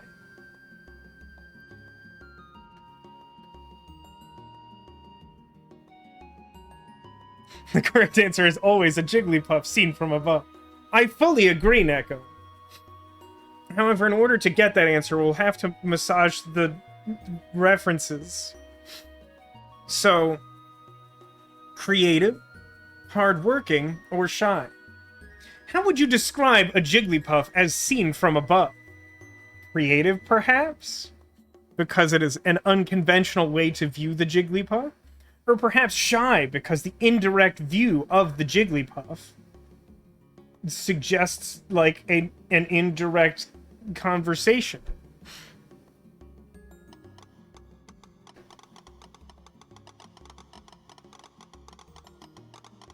Oh, come on, chat. Hit me. What you got?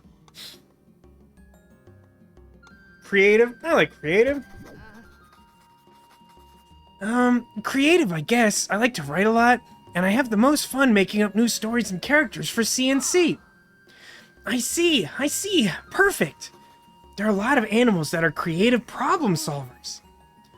Oh, you don't have to choose one. I'm okay just knowing...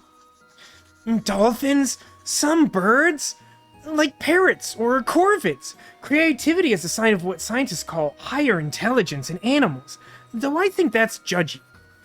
All animals are intelligent in their own way, right? Avery is pretty creative and is a snow leopard who is a cheater, a rampant cheater.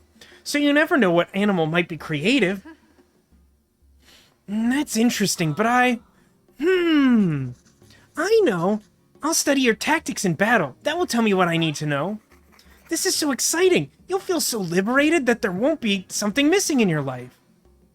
You know, maybe I'm okay not choosing an animal. I mean, people are more than just one thing, right?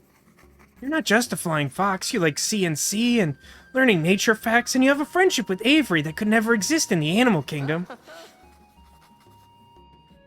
Don't worry, I was in denial for a while too before I realized I was a flying fox. You'll figure out what animal you are someday, and I'll be there to help when you do. How was that the whole quest? How was that everything? We just said we thought we were creative, and he's like, got it, I have no answer for you. The problem is solved. Okay, so this one says, Plague Bite gives +2 tactics points when it knocks out a target. That is acceptable. That is fine. Okay, but there should probably be one more bat-themed quest somewhere in the world, even if it's not specifically with our Birthman friend. No. Some of these people are still alive. I kind of thought the entire school was gone now. It might just be that if I go to the world map, it will be obvious where to go. Alright, I forgot that the... in most of the in every chapter up till this point, you had some opportunity to spy on the competition to get a bonus against them in your boss battle with them. But the student council posted, like, fake dummies giving, like, fake tactical plans. So we were never able to spy on them successfully. The game just, like, gave up on that concept. And I clicked outside the game window, don't worry about it.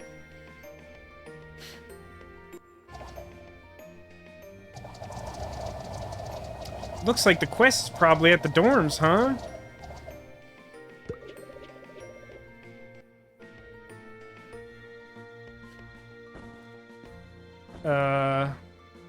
Oh, it's you. I don't remember what Candace sounds like. What to do, what to do. Hi, Candace. Alicia, I have a dog problem. I mean, I don't have a dog problem. Everything's fine. Can I help? Well, okay, I guess I can tell you. You know how everyone at Wintermoor relies on me, right? To be a reliable source of dog facts? Sure, I know this. You're definitely the first person I would think of if I needed to know facts about dogs. Right, so here's the thing. This is so embarrassing. I saw this picture of a dog, and I have no idea what type of dog it is. Is it a mutt? What? You think I don't know what a mutt looks like? Sorry, I didn't mean to snap at you. It's just, this has been really hard for me. Do you maybe know someone who can help? Someone who's really good at... identifying animals. I guess there's someone who specifically qualifies to that and hasn't been kidnapped by a Yeti or something.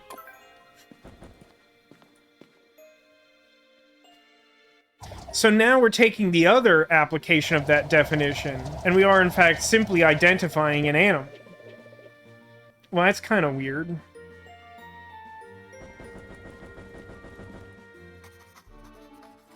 Alicia, it's good to see you.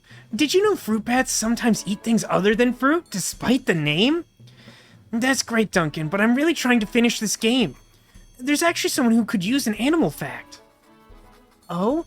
You know my old club identified as animals, right? We didn't identify animals. A lot of people make that mistake. The game's trying to give me a hard time for setting me up to fail, and I'm really confused as to how I should feel about that. That's okay. I need to find someone to help Candace with... My expertise is flying foxes, but I guess I do know more about animals than most people. You know what? Let's go help her together. It'll be fun. Sure. I guess we could go together.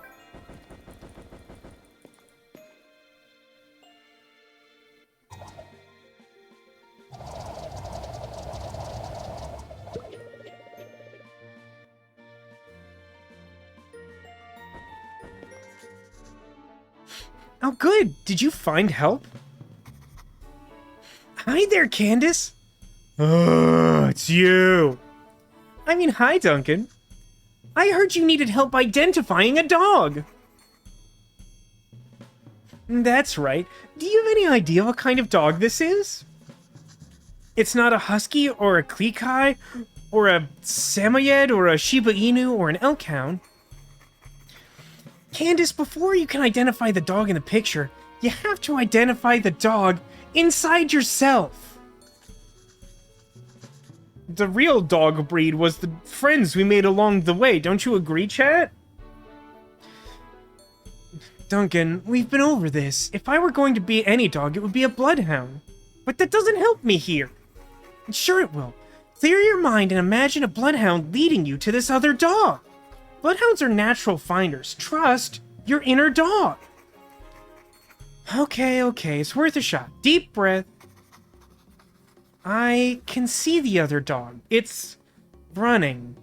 Running away? No, running towards something. Where's the dog running? It's here, at Wintermoor. No, not here. But it's very cold and snowy. Such a deep snow. The dog's super fluffy coat is perfect for the snow. What is he doing in the snow? Eating his own poop? He's working. Herding something. A work hound. Dedicated and friendly. He's working deep in the snow, herding reindeer. He must be somewhere in the northern temperate zone. Sweden? Norway? No, wait. Across the water to the south. That isn't Denmark, that's Estonia. I must be in Finland. Wow. Not only does this lady know, like, way more about dogs than I do or particularly care to, but, like, her geography is spot on. I'm terrible at geography and wouldn't come close to this.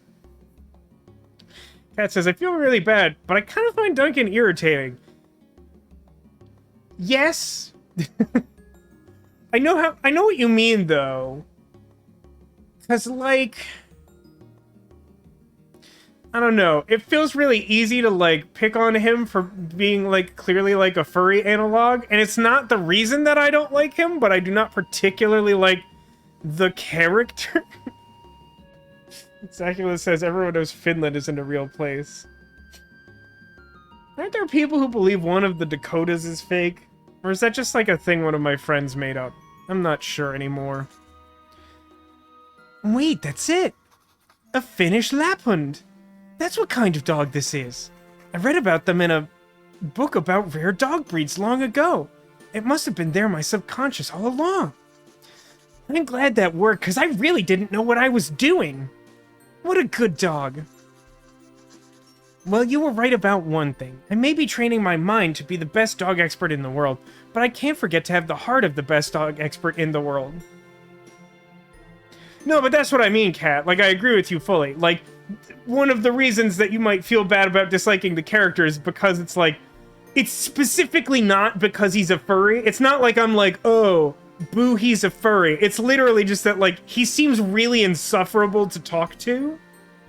And so, like, I don't like him, but, like, it feels like it would come across like boo furry or whatever. Here, you can have this if you want. You're all right, Duncan. Power word Volcanine. Gain power word unpronounceable. A limited ability that deals a magical damage and gives -1 physical armor while creating brambles. What? That's a really confusing ability that I don't think I want. You use your turn to deal a magical damage and reduce physical armor, so it, like, specifically doesn't synergize with itself.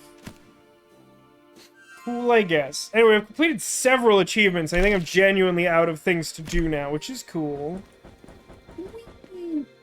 Yeah, I mean, it makes the physical guys deal more damage, but, like, it also requires you to give up a turn in which you could probably be doing more damage. It just feels like it just doesn't seem good. Welcome to the stream, Mr. Generic Name. How are you?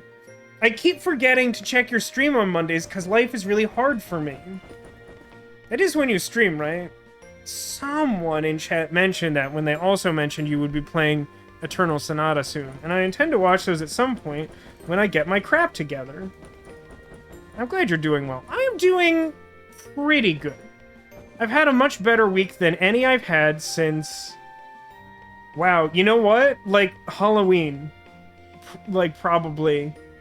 Probably the week of the bonus Halloween stream was, like, the last time I had, like, a good week that wasn't overshadowed by, like, something bad. Which, like, isn't great. You started and you already love it? Oh, that's great. I'm very glad to hear that. And since you've already started... No, my phone's over there. I can't make a note to do it. Alright, so we're out of options, so... We're just gonna advance the plot now. I love Eternal Sonata. Here's the thing that... So, my friend Tech and I have, like, a full playthrough of Eternal Sonata that we've posted to YouTube, like, years ago at this point. And I think I rubbed a lot of people the wrong way by talking about my genuine feelings about the game. Mechanically, I love the game. Stylistically, I like the game a great deal. I might say that I love it in that respect as well. But the plot of the game is just so baffling and at times, like, stupid, that, like, I can't help but just, like, make fun of it. Like, I truly love the game. It's one of my favorite games of all time. But, like, I just can't help but say how dumb I think it is, because it's also kind of dumb. But, I hope that you continue to enjoy it. It's a wild ride. By the way, how are audio levels doing for you all? Am I too loud? I recently adjusted a bunch of microphone settings, and I'm hitting red a lot today. I think it's fine because of my limiter, but I don't know if that's true. Right, I feel exactly the same way, Mr. Generic Name. I can't believe that Eternal Sonata game mechanics have not been replicated to another game. Like, when that game came out, I really wanted it to be the start of a series of games with that engine that were just about random historical figures. And there was no particular reason why I should believe that they would do that, but I really wanted it, and have been disappointed that no one has made that game or another game in that engine since. Those are similar to Light, Puck, or Groove in The World Ends With You. I still have not played The World Ends With You. But, like, isn't that kind of a tactical RPG? I thought it was. I mean, to be clear, Eternal Sonata is, like, technically a tactical RPG, I think. Depending on how your definition works, but I think that's technically correct. But I thought, for some reason, that World Ends With You was like a turn-based, like, grid-style tactical game, similar to Wintermoor Tactics Club, to some extent. Alright, you finally managed to fight your way to the keep. The Duke and his 2 henchmen appear. Oh, it's real time? Oh, I did not know that. Isn't it a DS game, though? That's kind of ambitious. There's a big hulking warrior, a sneaky trickster with glasses, and of course, the scary leader with a sword. You've become nothing more than my father's lapdog, Hexamorg. It'd be almost a mercy to destroy you. Your darkness shall not be allowed to blacken this realm. Hexamorg smiles slyly and says nothing, all too willing to let the combat do the talking. Okay, so it's, like, clearly supposed to be an analog for the, you know, like, the student council. But, like, none of these is, like, an actual boss tier enemy, except technically War Master. Like, technically he's not, but I think his power level makes him sort of that.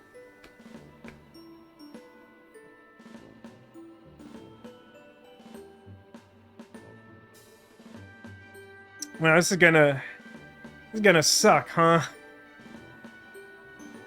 I mean, it should be relatively easy to dispatch the archer if I make a concerted effort to do so. Although, I don't actually think I can do it in one turn without magically doing something super cheeky. I honestly have no idea how I'm supposed to approach this, because I really don't want to cross the brambles. That sounds awful. Maybe the notion is that I want as much ranged attack as possible. Which would probably mean...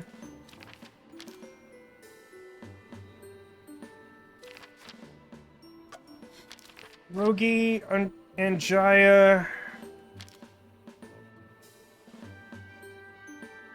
Confusion's not gotta be good with Jania.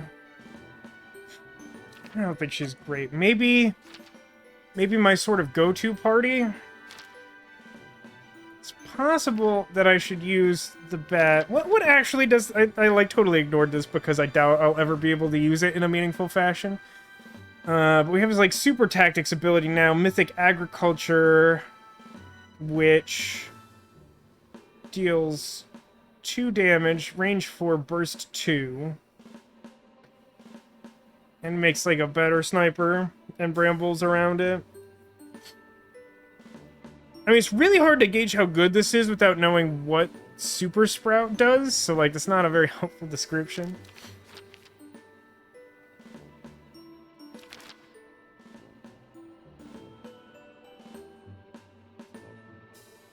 I mean, the ability to, like, summon taunt sprouts that do attacks seems good. Oh, this is the guy I hate. This is the, like, magic armor vampire guy.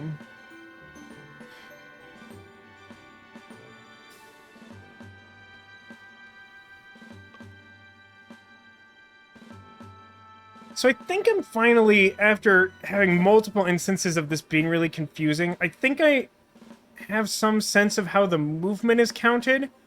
And even if my understanding is correct, I still think that the snow leopard literally exceeded its maximum possible movement.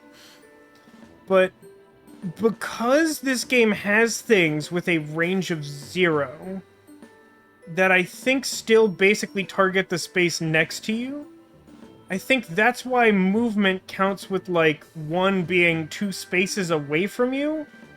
Which, honestly, I think is just a really bad way of doing that. And it's possible I'm still not quite understanding it correctly, but that's what it seems like all the things I've encountered basically amount to. So I do kind of need a combination of, like, physical and magical attacks. So I think it's probably...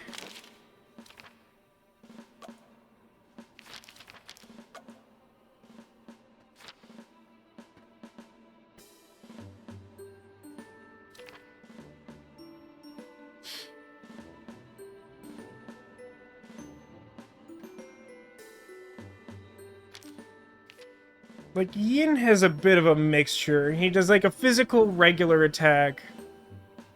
And, like, magical and physical tactical attack.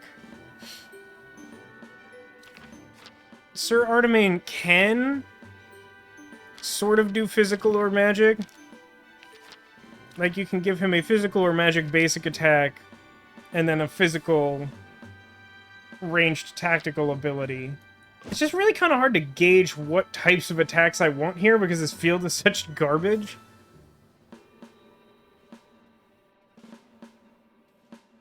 It feels like the grapple ability might be good, because I'm expecting the orc and the ogre to try and, like, come close to me and maybe not step directly on the brambles, and then I can sort of, like, lure them into the smoke zone and hit them. Like, gang up on them or something.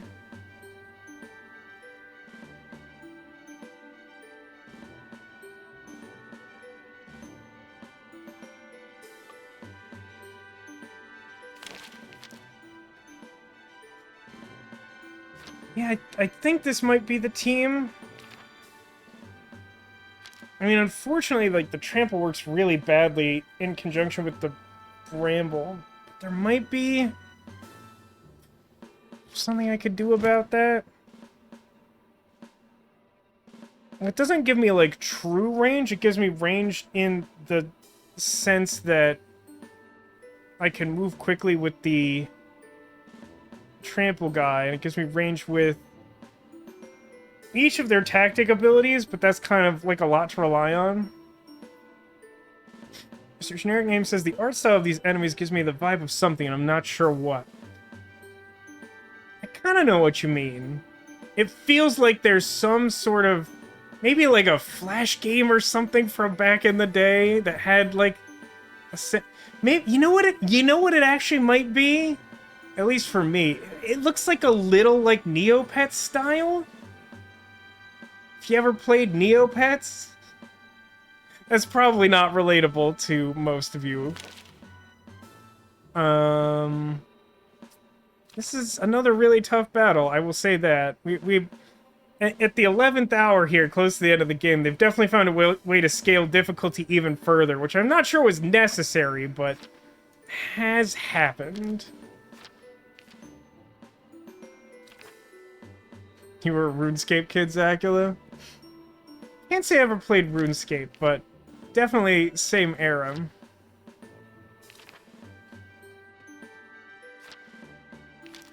I think I don't want any of his specializations.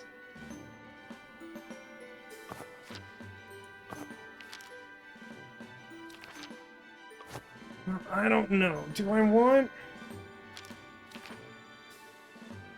him to magical attack? I don't think I do.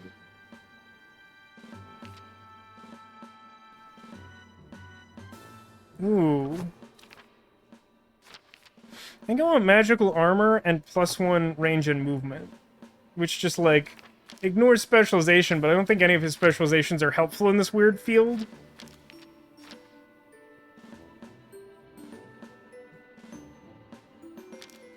Okay, I want to see something. It's a really annoying way to do that. So the range on Yulkinina is 3, which I really would like for it to be more than that.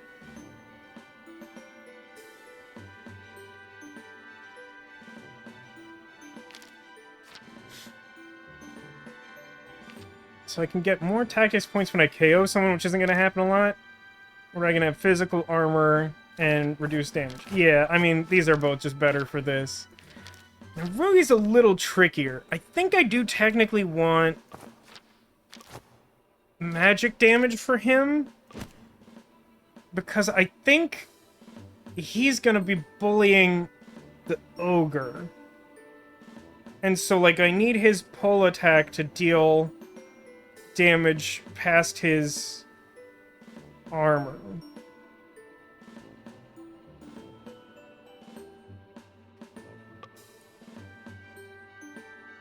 I don't know, maybe I do actually need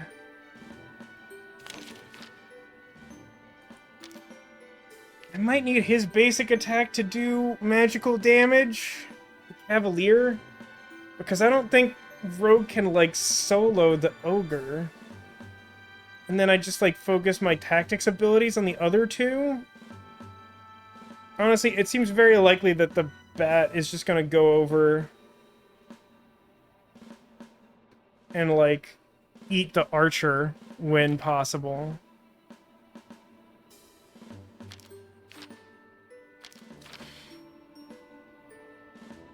I think I want movement on this field even more than the magical armor. I have a good feeling about this. This feels garbagey.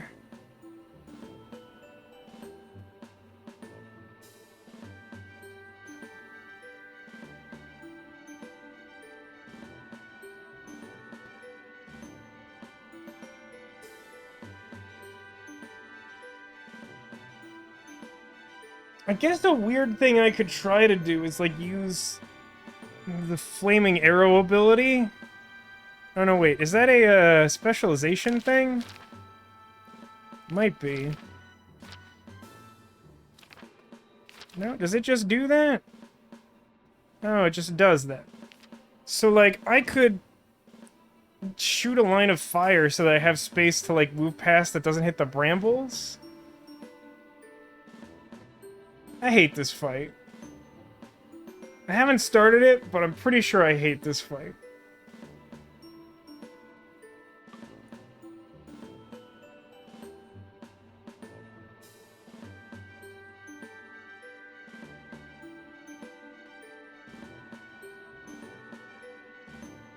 I'm really uncertain as to whether I should use Sir Artemain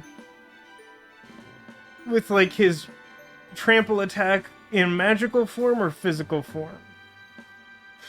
Either way, I'm going to struggle with one of these two characters, but I think it's going to be really tough to deal with the ogre, so I think I should take magical, but, like, ugh.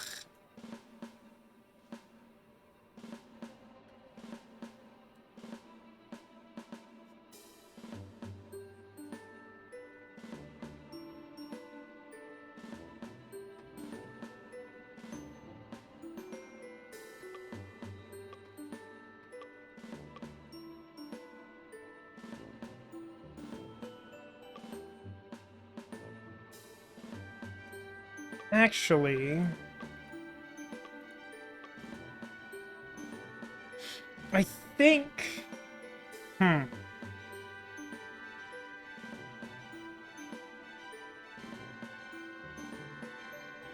only way to get magical armor is on my horse guy, right?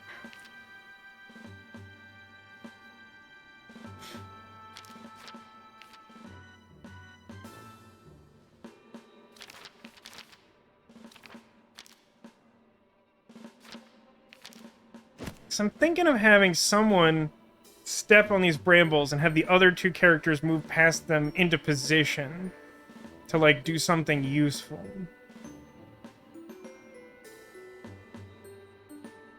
So, like, I could equip the magical armor onto Sir Artemain so he can step on the brambles and not take the damage. I'm not actually sure if that works, because I think you only, like, use up the brambles after the whole turn is passed.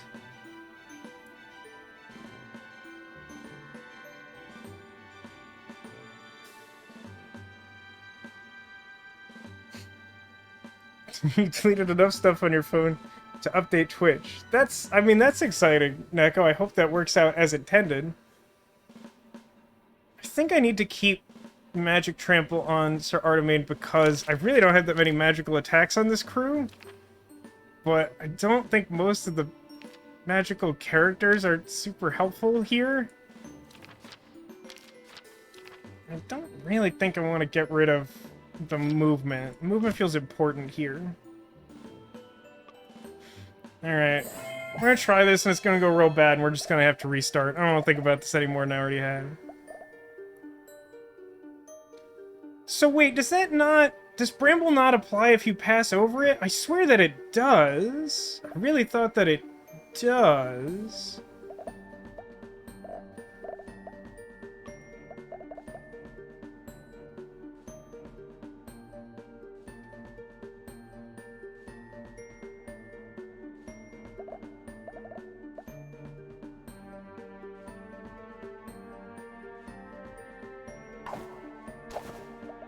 That's not the one I wanted to move.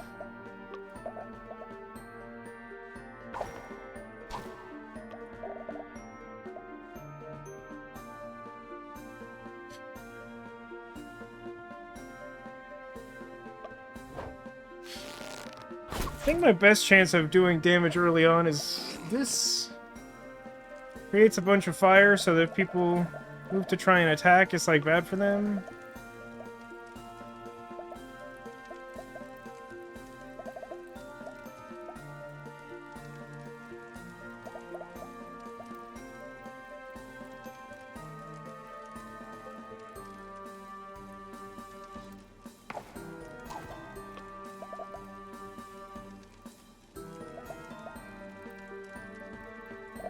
What's the range on your attack, ogre guy? 1?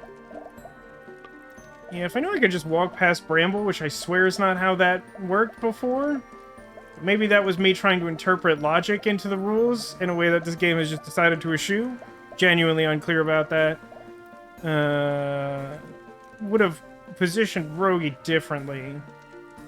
But I don't think it'll have a significant effect. What's your range? 0. So we can move 2. I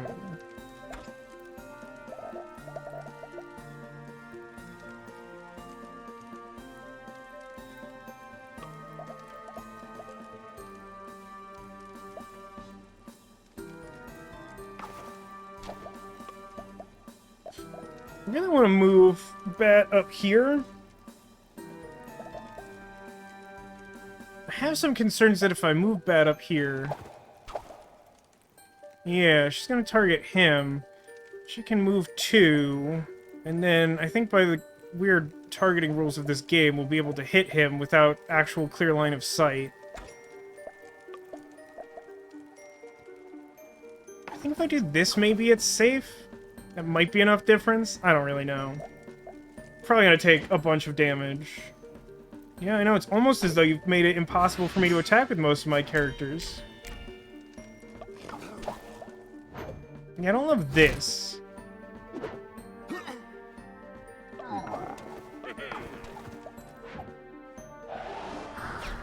I'm sorry, are you shooting through a solid object, ma'am? Because that... I'm pretty sure that's stone cold cheating. I'm pretty sure that's just actual garbage.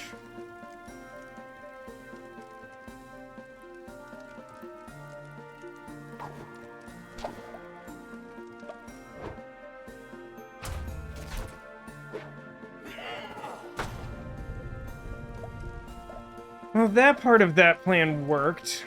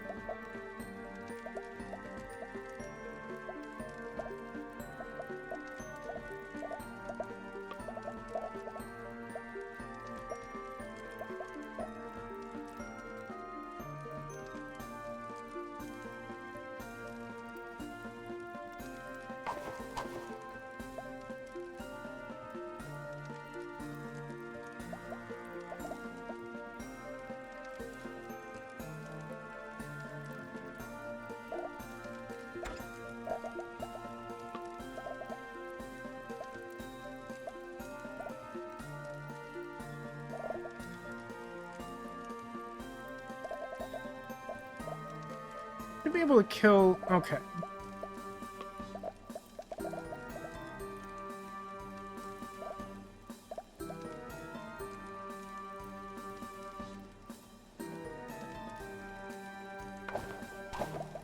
I'm gonna do this, and then charge past him to... here.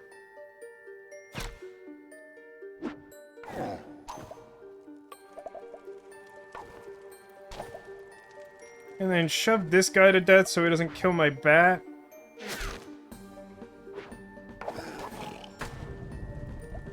And, like, he's definitely gonna move towards Rogie and, like, do a bunch of ouch. But at least Rogie has health right now. I mean, it's like a lot of ouch. I'm not gonna lie to you, it's like a lot of ouch.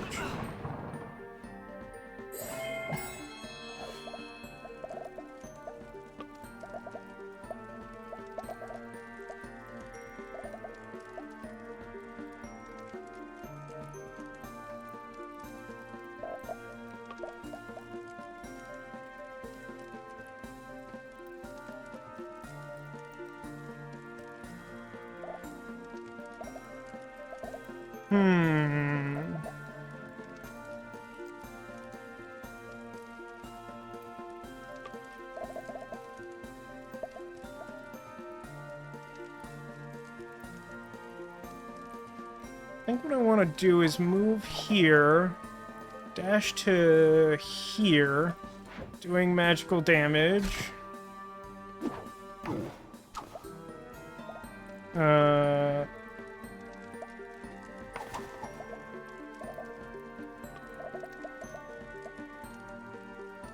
Use range to pull him in. And then use a second tactics power with Fox Batman.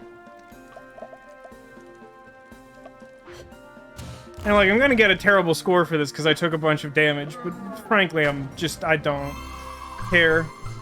One thing I find that I personally dislike about this game is that, like, I feel like there's actually a pretty significant challenge level once you hit a certain point in this game. And rather than just feeling accomplished in, like, completing some of these very difficult battles, I feel extremely discouraged by garbage like take 8 damage when, like, everyone hits like a speeding runaway bus. Like, I honestly, I truly believe that I would enjoy this game like 30% more if this didn't exist. Because, like, here's the thing. This means nothing, but psychologically is really discouraging to me. It feels like anytime I complete a battle, if I don't meet these arbitrary and extremely high aspirational goals, that I've failed the thing. And I feel like it has taken a lot of enjoyment away from the game. Like, if my sole focus was just completing the missions, then I feel like I feel like I'd have much more positive reinforcement from just simply playing the game. And instead, as the game gets harder, I find myself feeling more and more and more discouraged about simply trying to play the game because of, like, how intensely high its own standards are. And this is very much a personal thing. I don't even think that's, like, a flaw of the game, but, like, I think it's had a really significant effect on my enjoyment of the game. Neko says, after all these hours, I finally updated Twitch on my phone. Upgraded from black screen to frozen screen. Huh? You know what's worse than... What has a worse CPU than the laptop? An older phone. Yeah, probably true. Yeah, I'm, like, on some level, I feel the same way, Demolition, and I'm honestly not sure if it is, like, a mercy or a curse that, like, if you complete the combat, you can't go back to it. Like, it's not like you get to the end of the battle and then you have, like, a retry option there. But I feel like if that existed, I would just grind myself into the ground. Yeah, exactly, Demolition. Exactly. That is, like, actually perfectly it. Because I was thinking about this today, leading into playing this game again. And, like, I have consistently enjoyed the story of this game, and as the game has progressed, I have enjoyed the gameplay, like, less and less. And I think that's really it. Like, the focus of the game, because of the... And it's not even that the core gameplay is focused around that set of criteria at the end of the battle, but it's featured really prominently both in the, like, intro screen to any given battle and on the outro screen. Like, when you complete the battle, it's the first thing you see. So, like, it feels like the game is trying to emphasize it to you. And so, like, the harder it gets to achieve that, like, the more frustrating it is to have that constantly, like, thrust in my face. If it was somehow, like, presented in a way that was more optional or more off to the side, I don't think it would bother me as much, but I think the fact that it's like sandwiched before and after the combat, I can't help but like see that and be frustrated when I don't do it. Like it's just the game just like wants me to see that I could be doing better, and it's like, well, I'm trying to just play the game. Like the first time I play this game, I'm not trying to speedrun it. I'm not trying to like, you know, necessarily do everything there is to do. So, like, yeah, I agree that, like, the way it's presented shifts the focus from, like, the cool story and the mostly good characters that I like. There's a few I don't love, but there's not a lot that I hate. So it takes focus away from the cool story that could be central to the game. And I think part of it, too, is, like, the amount of difficulty in the game, which isn't unreasonable, but isn't, in my opinion, fun. I think it scales really harshly about halfway through the game, and then it takes a really long time for you to get up to par with that, and then by the time I finally felt like I was on par with that, these like last two encounters have been extremely difficult. And it's just like, I don't know, man. To me, this game feels like it wants to be light fare, but like it presents you with these challenges with like an arbitrary high level of difficulty, not even just because of that set of goals, but also because of just like the enemies have like massive amounts of health and stuff. The thing is, and I might be wrong about this, Demolition, I don't actually think that the achievements tie into those like standards or whatever. I could totally be wrong about that, but I haven't noticed that.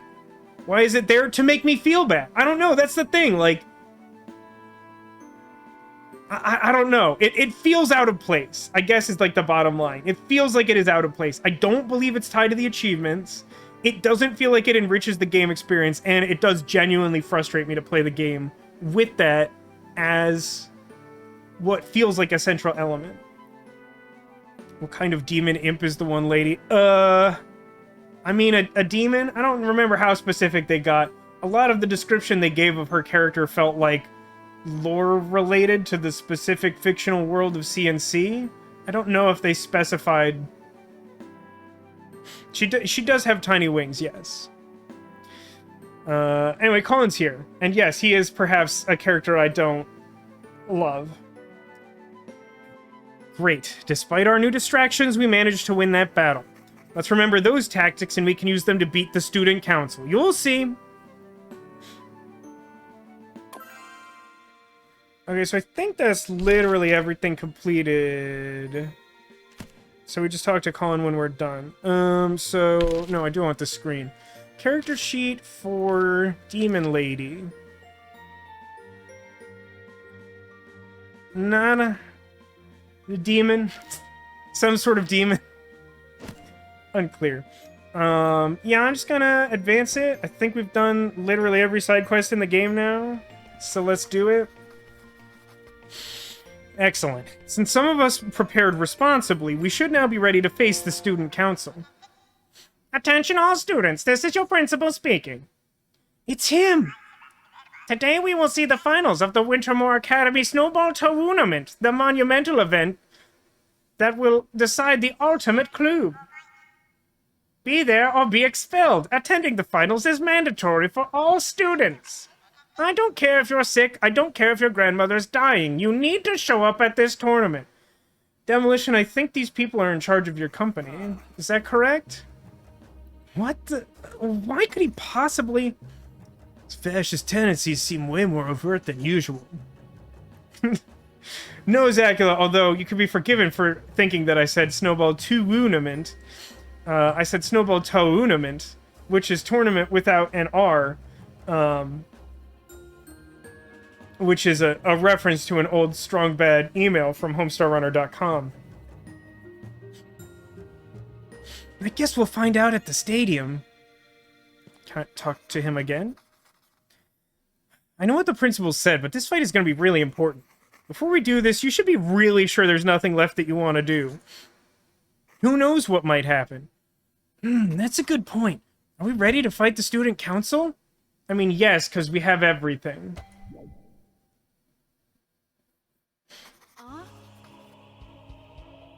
This is it, but where is everyone?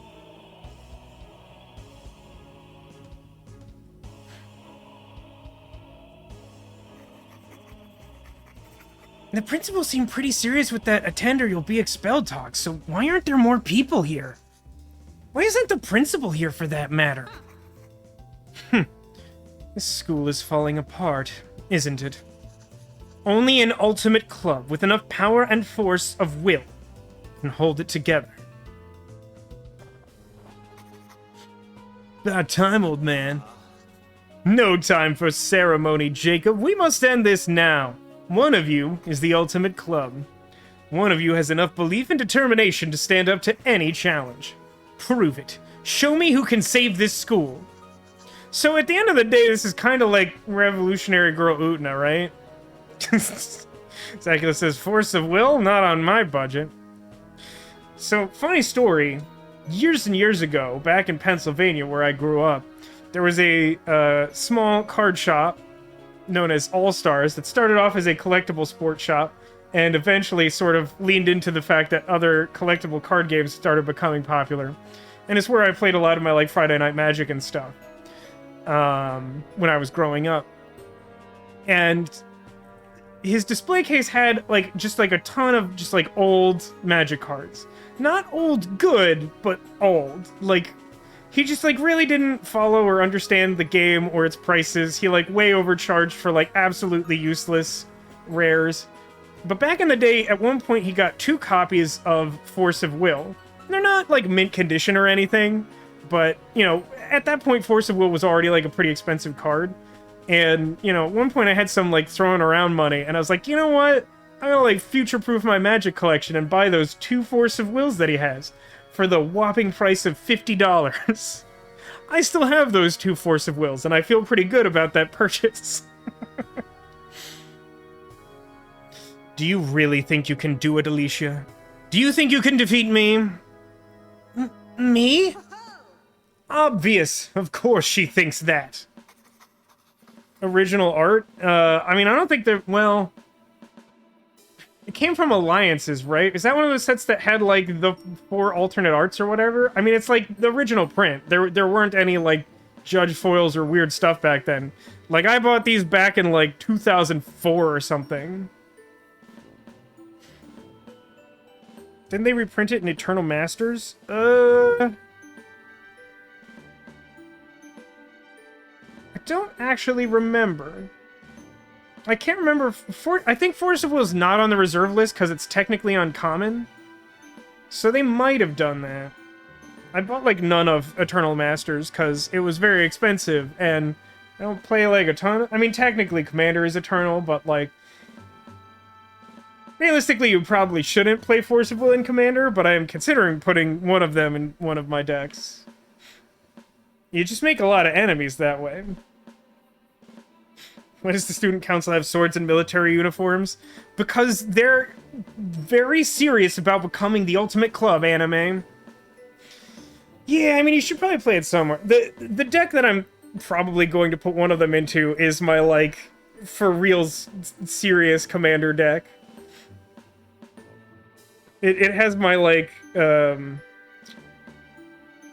has, like, most of my planeswalkers from the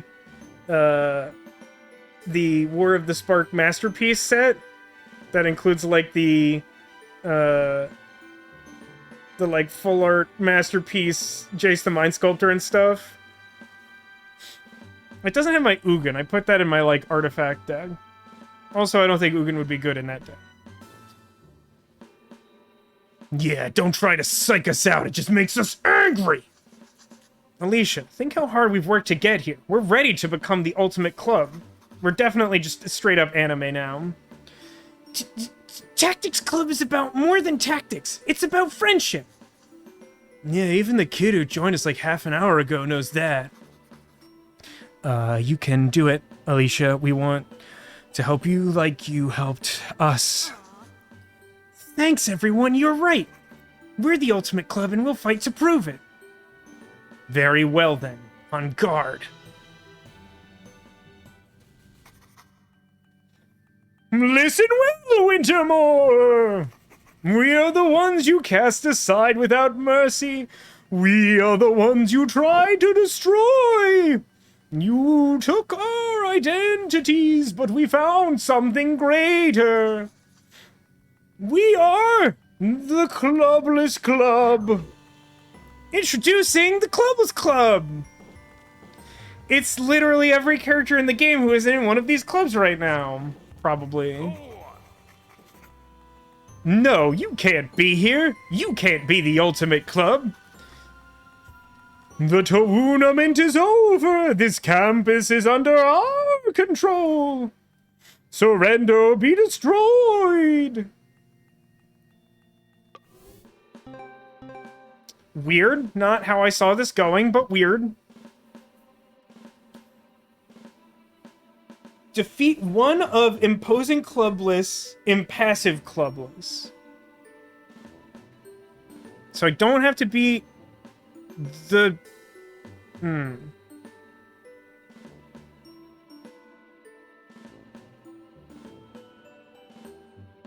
This seems really difficult. I don't know how, like, clearly the goal is to defeat a specific one of them. Granted. But even so, they have a lot of health. So each one of these is distinct, right? Feral, outraged, brutish, corrupted. So I have to be one of these two. Imposing or impassive. They're unmovable and untauntable. And they don't do anything? They're just wall? They're just like boulder? Yeah, I mean it's focus fire and I guess you just like choose physical or magic and then just like go all out on them. I honestly don't know what the biggest like raw damage output is in that sense, because there's really never been a battle that's worked that way. So like I should probably choose like one really good like tactics ability. Does anyone do more than 5 with like a normal tactics ability? I feel like no, right? I think there's just like a few alternatives to choosing that.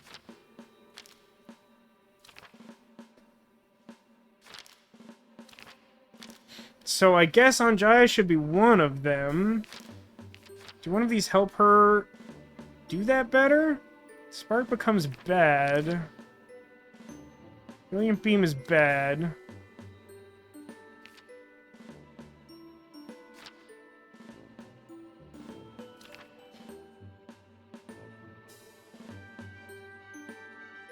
One should be the detective to get 2 times attack. That you can only get 2 attacks in one turn if the first attack kills an enemy. So I don't think that's probably gonna work here because like all of the enemies have super high hit points. And it's really tricky. Like there's a lot of caveats to that move. Like it's a really cool move, which is why they kind of have to limit its power level, but like it's not all purpose. I've goofed that a few times, which is the only reason I've finally learned the correct way to use it. So like chaining doesn't really matter. Vengeance isn't gonna help. Yeah, you seem garbage for this. You're kind of a tough sell because you can't charge past them. I mean, I guess I could, like...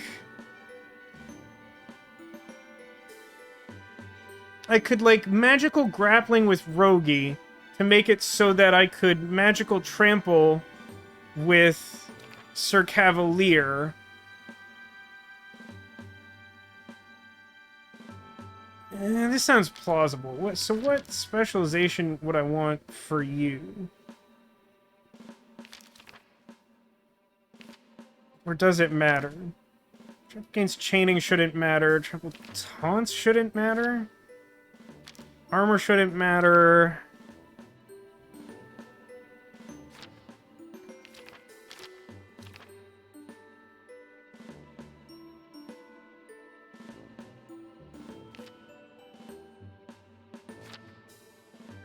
I don't know, maybe there's a chance that I, like, status affect someone? I shouldn't need a lot of movement. Hypothetically, we're just gonna stay on our side and hope we don't die. Is this the last fight? Probably not. I did double check. I didn't look up any spoilers or many specifics, but there is a chapter after this. It's possible that this battle is the last battle in the game and then just story happens, but based on the nature of this battle, where my goal is to just beat one enemy, it's probably like this is a story mission to like unmask the villain, and then there's probably at least one more battle after this, is my guess. I don't know that for sure.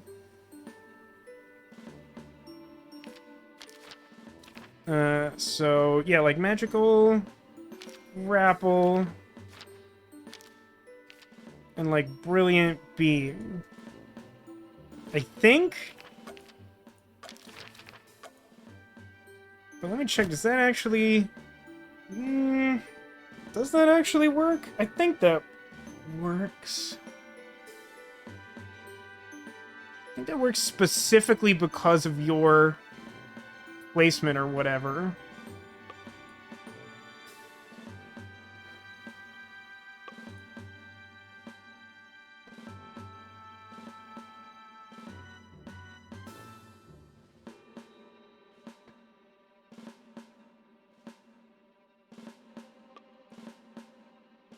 So the idea is to magically grapple, and doing that first deals an extra point of damage, so that's like 4, and then I magically trample, which does 2. And then that reduces their magical armor, so I hit for 6? So I don't think that quite kills them. Arcadia says, from what I've seen, Colin is the villain. Screw that guy. I mean, it's possible that despite the fact that Colin is in our party, when we, like, unmask one of these dudes, it'll be Colin. And it'll be, like, some weird meta joke. And it seems very possible that I'm just gonna die immediately. I don't know that I think I'm, like, a point or two short, but I might be doing my quick math wrong. But I think I'm set up. Oh, hang on. Tactics Club, you must escape. We'll protect the principal. Meet us in his office as quickly as you can. Now, get to the gates. Spying bonus. From cleverly avoiding the student council's traps, you've earned their respect and 3 extra tactics points. Does that help? I don't think that helps. That might help. I don't think that helps. If I knew I was going to get that bonus, it might have helped.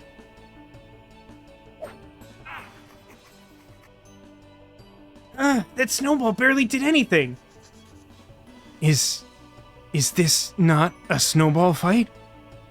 Is this an actual fight? I think we'd better get through that gate, or else. Oh. So... he didn't move? Oh, he has the immovable effect. Now, to be fair, it says not affected by push effects. Pull is sort of the opposite of push. I'm just saying.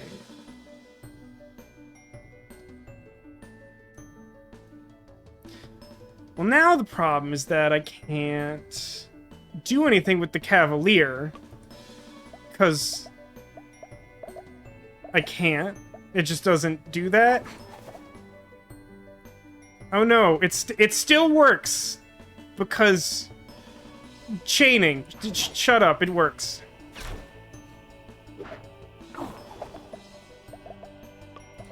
Alright, your math is better than mine, anime. This looks like this will do killing them. Kamehameha! Alright, that took probably more planning than was warranted, but I did it. Great. Yay? Unclear. Unclear if yay. We made it. The heck were those freaks? We're not out of it yet. Look, there's more of them. They're everywhere, man. Is that every single student whose club got disbanded? There must be hundreds of them. Alright, that's not plausible. The most number of team members we've seen other than our own club was like 5 and a robot horse or something. So, like, there's a total of... I think there were 16 clubs? So, like, how would that be hundreds of students? If this was an actual fight, does that mean she exploded that guy? Yes, with her laser beam! To be fair, the robot horse counts as, like, 10 students. True, that's true. Do the medals do anything? Not to my knowledge. Did you look it up, Demolition? Is it confirmed achievement? If it is, that's... I don't honestly know if that's better or worse. I really think that system is garbage. Wow, it is? That's pretty untenable. This is pretty bad. I always knew this campus would get invaded someday. I just figured it'd be like the Feds or the Reds or some cult. So, what do we do now? The ultimate club? Save your game?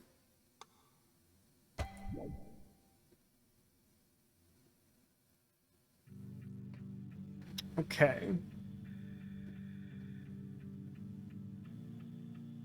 There's an achievement for something in the credits. Okay. You can probably spoil that when we get there. Probably. But I appreciate the heads up on that.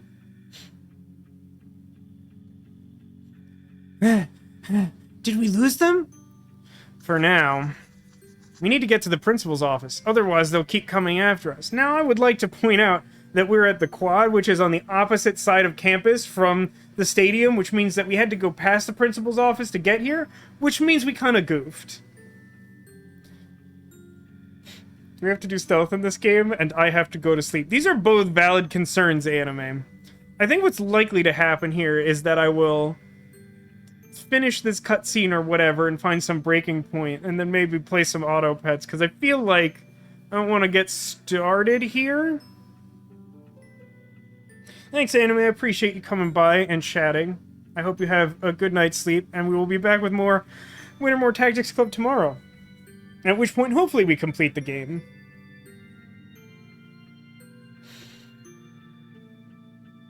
Yeah, we need to get to the principal's office. Hold it! Objection! These guys look like...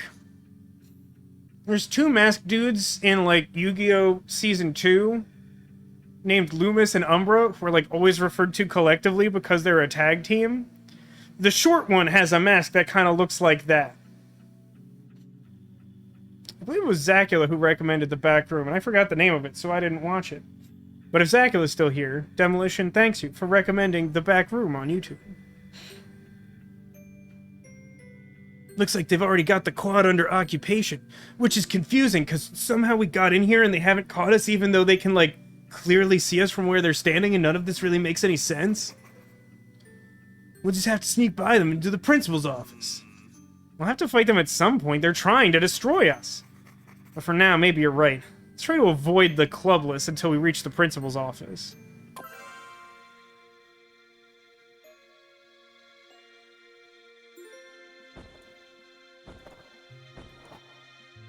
I'm kind of just a little curious about mechanics here. So I can't go here, right? I don't want to go to the annex. I'm trying to get away from these guys.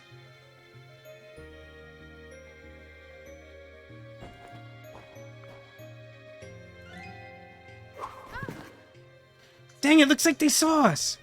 We should be able to handle them if we don't have to fight a whole army. See if we can knock them out and get past. I wasn't sure how far their line of sight would go.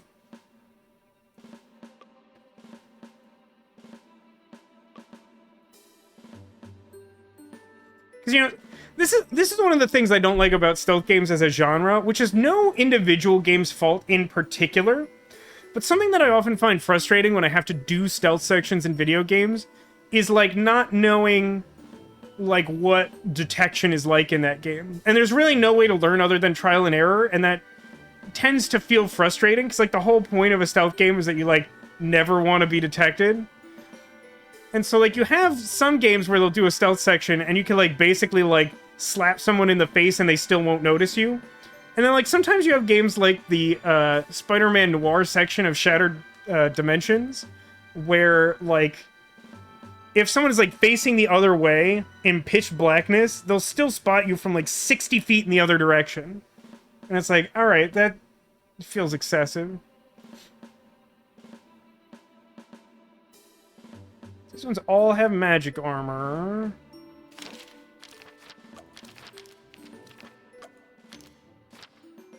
It's probably these guys.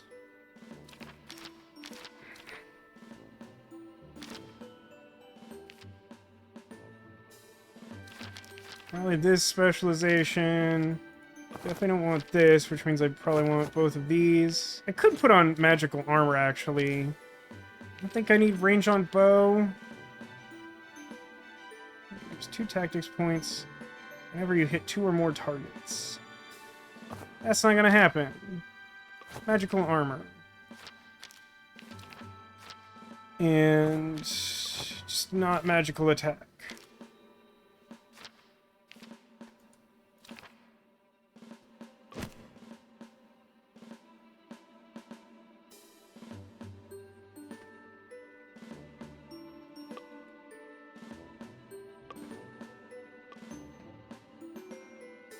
Batter these guys.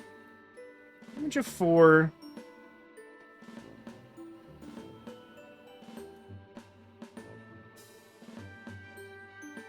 We'll see. Are any of the specializations worth it? Some of them are. None of them are, like, universally helpful, but, like... I mean, like, Rogi's main special... I'm gonna call it main specialization, because this is really specific. Just gives him an additional movement, and, like, movement's really good in this game.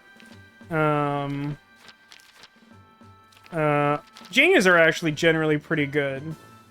You can either make her confusion attack, like her special move, like, target outward and, like, hit additional enemies, or the one we've been using more recently lets her use power words twice, which is somewhat specific, but it means that cool one that lets you, like, double attack if you kill something. Like, you can use that twice in a battle instead of once, which is cool. But yeah, generally some are. Most of them are, like, okay. There's some that are just, like, absolutely useless. Which might contradict what I said before. I don't know. It's late and I'm tired, but... They all generally have some use, but, like, some of them are basically so specific in their use that I either have no interest or can't imagine a situation where I would use them.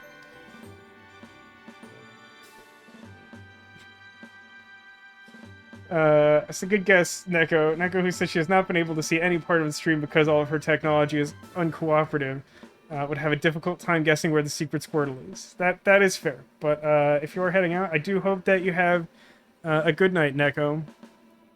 Hopefully things will work out better tomorrow.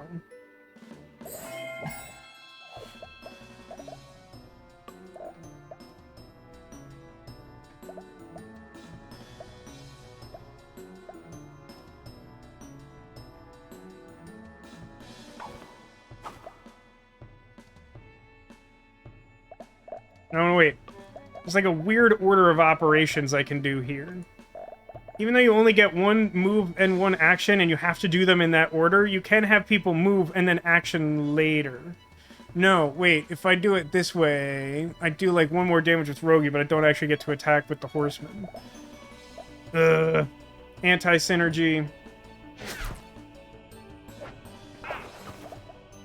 So do 2... Grapple to do another 2.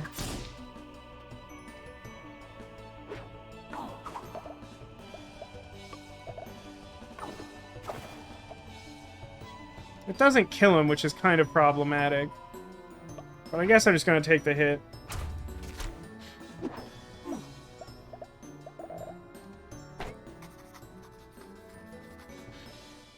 Tactics Club, you destroyed so many of our clubs, our identities.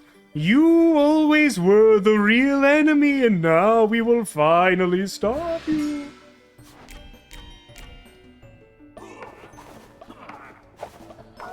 Did he not attack? Does his attack only do 1 damage or something? Why did he not attack? I don't understand why he didn't attack.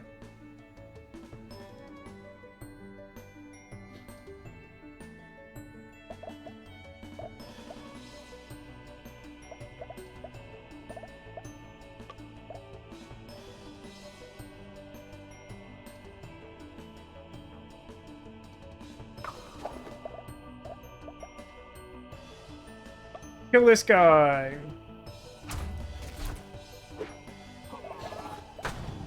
Your guess of behind Pushin, if it is there, is noted. And yes, Pushin is here.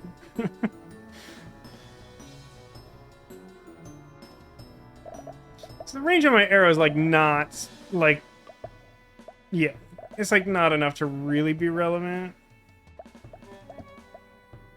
I suppose I could move here and shoot the arrow that way.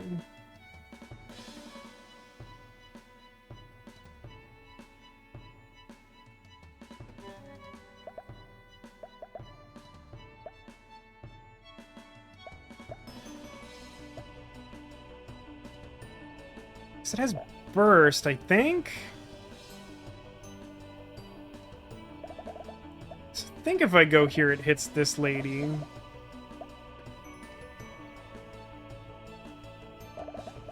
Can't move Rogi. Yeah, that's not gonna do it.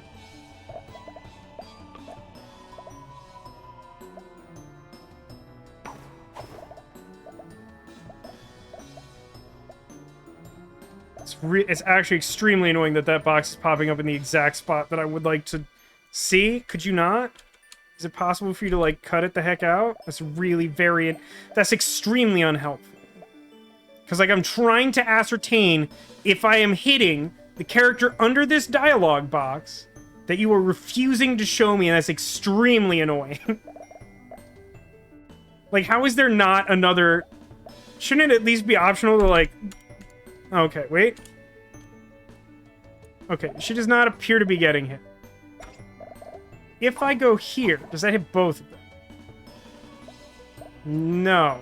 It only hits one. This sucks. This is suck garbage.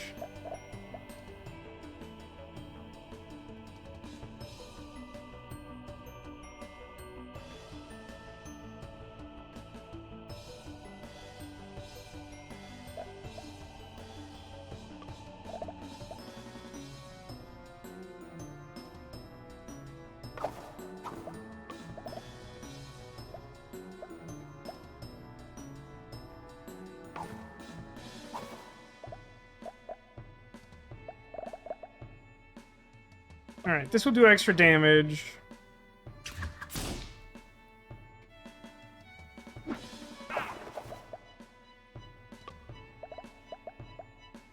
And then we'll trample back over this guy. He's trying to target someone who he probably can't reach. Okay, again, that isn't the attack that I wanted. It's... Oh, God, I really wish that... That's somewhat on me for sure, but, like, it's just really annoying that, like, I just want a more simple system to tell if my attack will work from where I'm standing. That doesn't mean I default to that attack, because oftentimes, ultimately the attack doesn't work because movement numbers are arbitrary and range is confusing. Resetting this turn. Bite me, game. I do think that this is correct.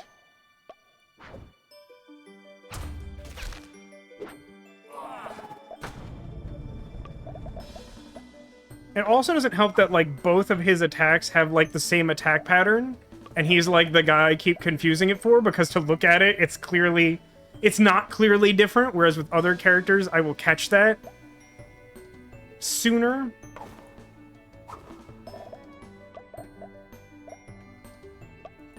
Okay, so do this.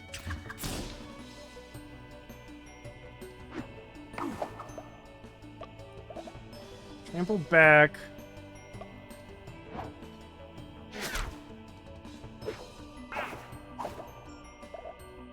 And then end turn.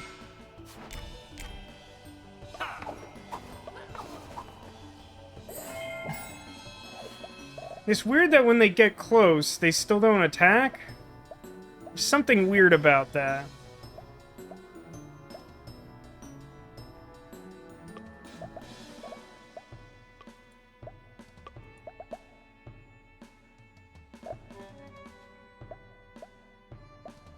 much health? I could just kick her to death, huh?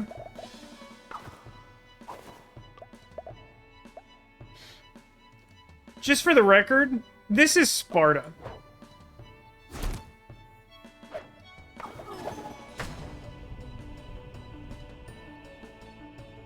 Is it the game sending a message that fighting them is a waste of time? I'm inclined to think no, because it feels like it simply becomes a waste of time to do that. You could easily set it up such that, like, the fight, like a fight doesn't even happen or something. Like you get spotted and you get reset to a checkpoint or something. I don't know, I probably just, like, missed out on some achievement I genuinely don't care about at this point. But I don't try to run into any more of them, otherwise we'll just keep fighting them. There is, like, a subtextual message there, Demolition, of, like, playing the game is wasting your time. Like, combat is bad and you should feel bad. Like, it feels like I don't feel like you should send me that message as the person who made the game. So I can't... No, I can save, right?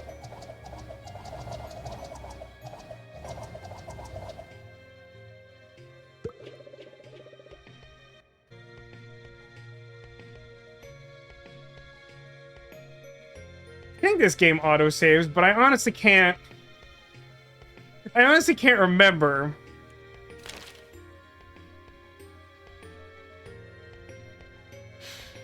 I think the thing to do is just, like... Well, no. Oh, now I can save. I can't save on the world map. That's like the opposite of how I would expect that to work. I mean, it's been like 2 weeks since I played this game, and I haven't always had to manually save because, like, sometimes it's been like chapters, but, like, I feel like I should definitely be able to save on the overworld and sometimes save in a location. I don't know. But we saved. We did it. I was gonna say, like, worst case scenario, like, we could just load the save from the start of the chapter and figure out how not to get caught by that last guy, but, like, this is fine. We'll work out. I mean, we either have to fight this dude or, I don't know, is there a back entrance to the principal's office? I think we're just gonna have to fight this dude. We'll figure out Chapter 7 tomorrow. I don't think I want to go any further into it, I will say, for now. Let us quit to main menu. Do we want background music? Because I could turn it off.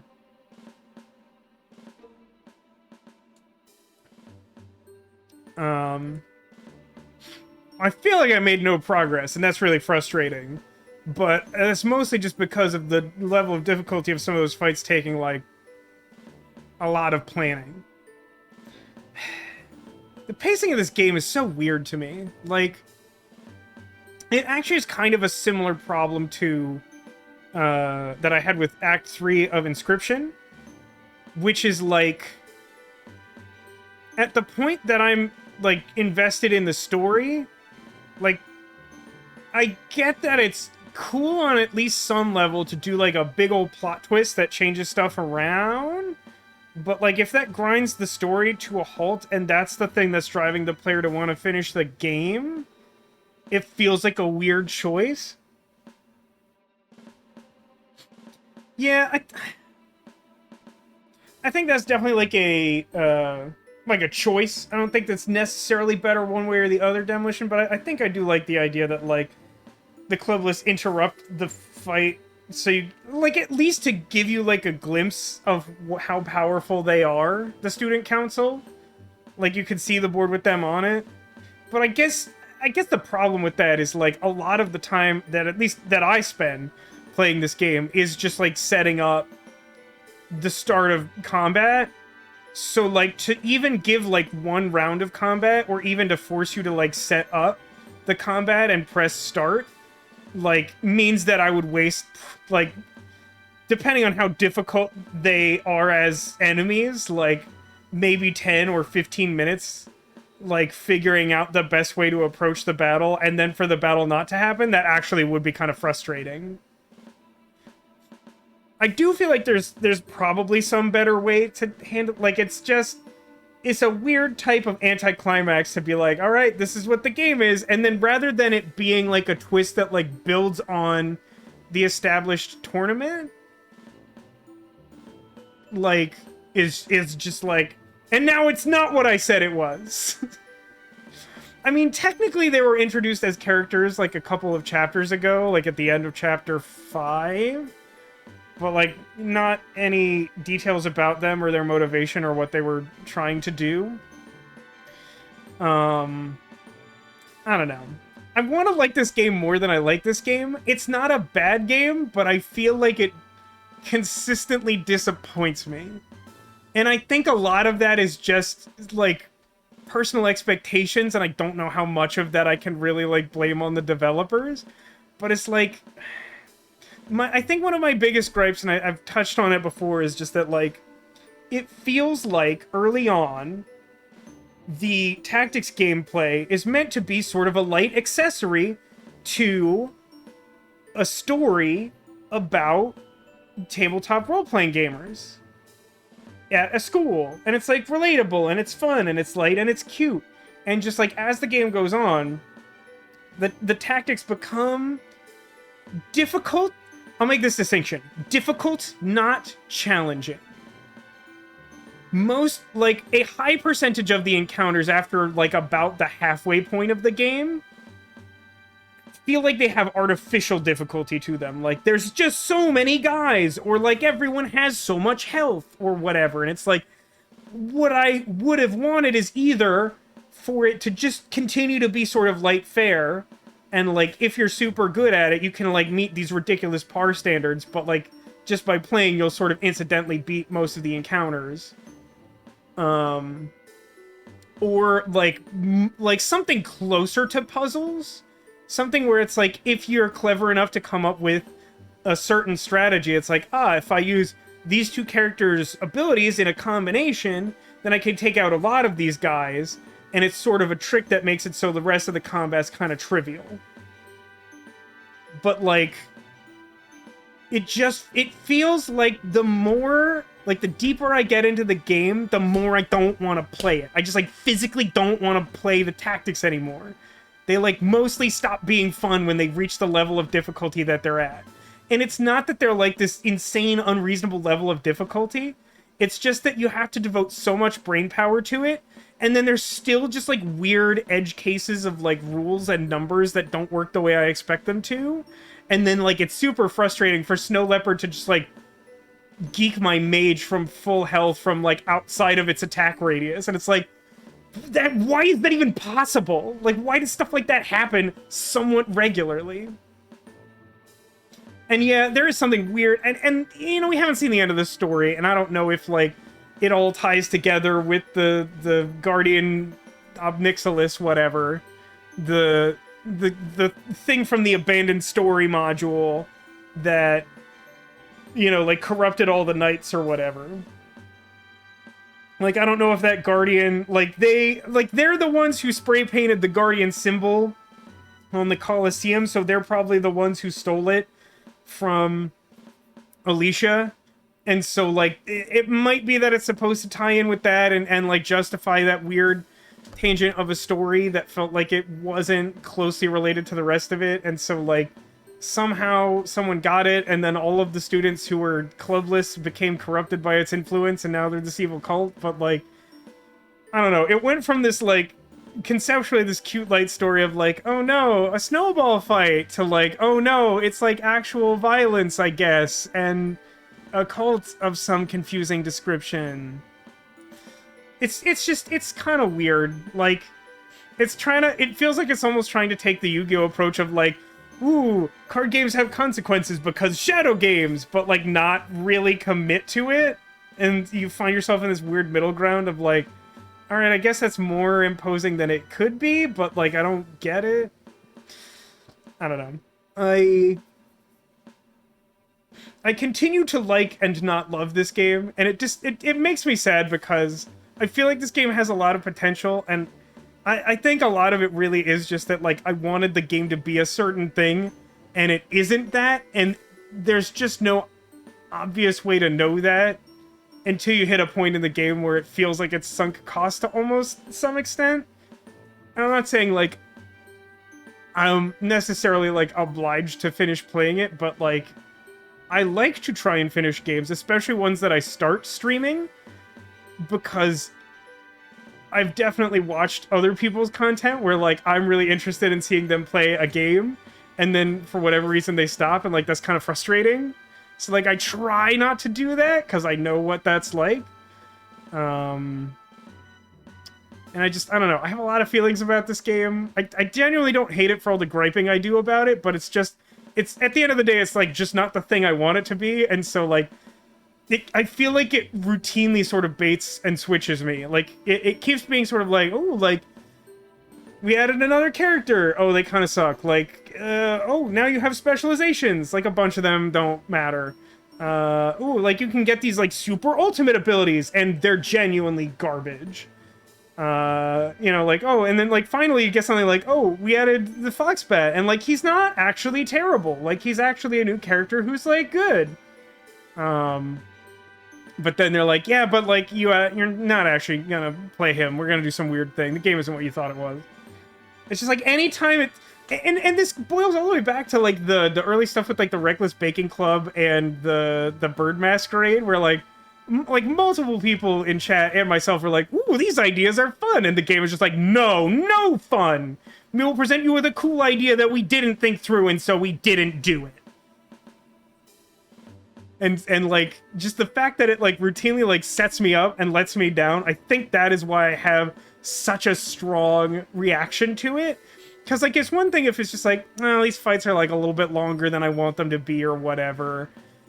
Whatever. Like, it's not a big deal. But the fact that it just, like, keeps doing it, it almost, and this is a gross overstatement, but it almost feels like an abusive relationship where it just feels like the game keeps being like, hey, you know what would be fun? This idea.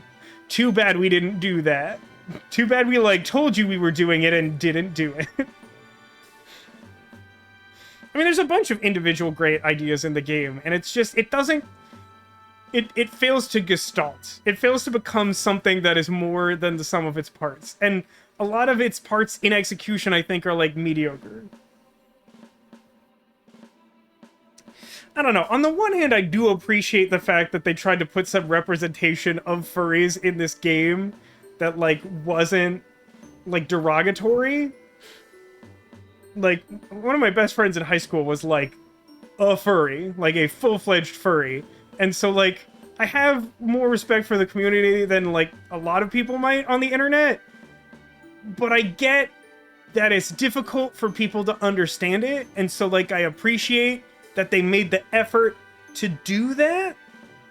But yes, overall, I'm inclined... And you know, you wouldn't necessarily have to, like, preclude the animal identification and, like, the furry culture thing from the game in order to, like, have the Reckless Baking Club. Like, the like, New World Nobility or whatever was, like, a super bland first club. Like, not really much came out of that at all. A lot of the other ones at least add something to the game, but, like, that one really didn't, I feel.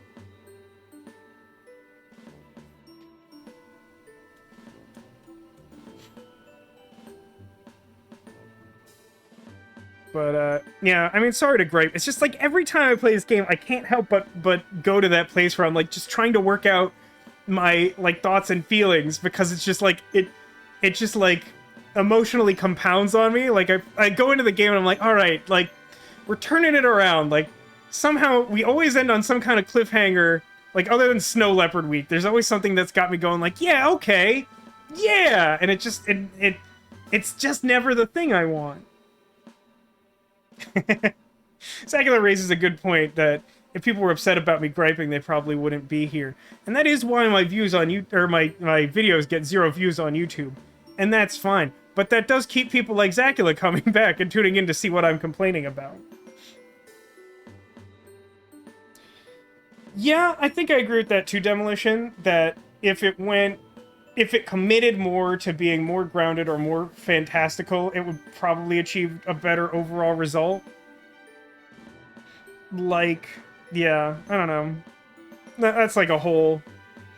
That's a whole conversation line to go down that might take a lot. But yeah, I mean, I do want to finish this game. I'm increasingly convinced that I will not be satisfied by the conclusion of the game. But I do want to finish it. I think we can do it tomorrow. I don't know if I'll get super mad. It is possible. Yeah, I mean, it definitely is that. It's like, this game, like, looks super cool. Like, just, like, looking up, like, screenshots and, like, descriptions of it, it's like, oh, that sounds great and fun. And then, you know, consistently, I play it, and it, like, it just, yeah.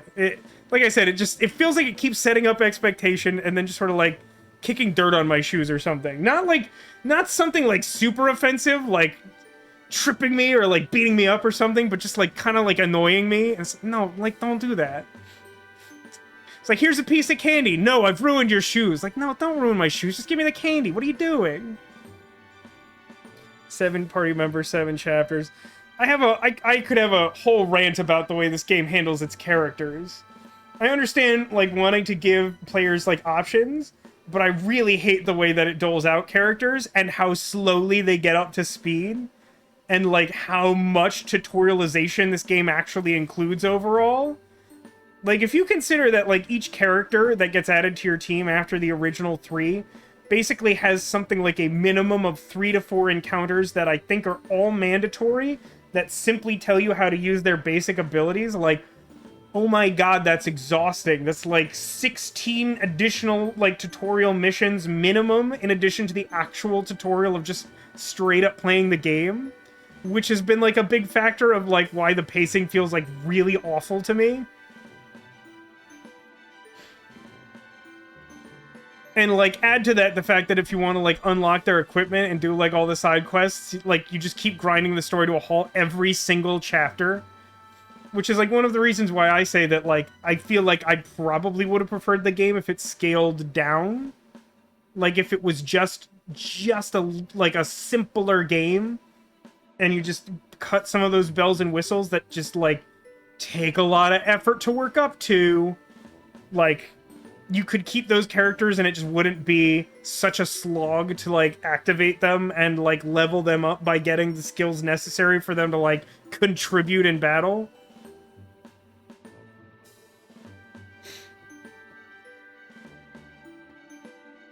So yeah, I have a lot of feelings about this game, but I've been talking for a really long time just about this. I thought it was going to be a short stream, and it kind of isn't. So why don't you all take a moment to consider the couch behind me? Because somewhere on this couch I've hidden a secret Squirtle. If you can see a Squirtle, that Squirtle's not a secret. So you must look elsewhere to try and locate a secret Squirtle, but keep in mind that if you find a Squirtle, it's an omen of good luck in the week to come.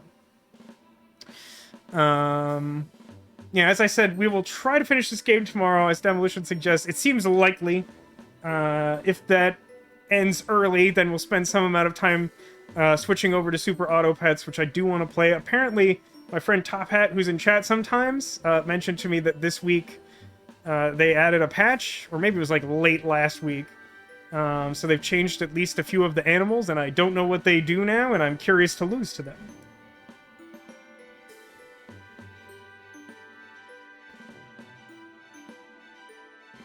We will note Neko's earlier guess that Squirtle is hiding behind Pusheen. Secret Squirtle is the friends we made along the way. I mean, in some sense, that is definitely true, Miss Toasty. And let me say, thank you again to everyone who contributed to the intense hype train at the start of the stream. I feel bad, I almost feel like I coerce people into that, which I really don't want to do. That's not a thing I want to do. But I do really want Demolition to get that otter. It bothers me. It's, like, genuinely weighing on me. He does so much for everyone else, and he just wants that otter, and I feel like he deserves it. Just spontaneously woke up. All you missed was, like, a 30-minute rant of me complaining about stuff. So, you know, like, the stream, I guess. But so, yeah, behind Concerned Loaf, under Grogu, behind Pusheen, under Wally. Any other guesses? Yeah, I spent quite a bit tonight. Yeah, it's definitely, yeah. Hashtag order for demolition. And I was serious, for real, demolition. If you can rally, if anyone in the Discord is interested in helping, which some people definitely seem to be, you know, send up a flag if you're gonna like watch a stream in the next few days, and we'll see if we can help out. I will definitely try my best. But yeah, let's go locate Squirtle, huh? Oh, my legs! They don't work anymore because I've been sitting. Okay, so lot located here. I think the most interesting way to do this is to start with Concerned Loaf. Hiding back there is Donatello the Ninja Turtle. Sadly, not a Squirtle.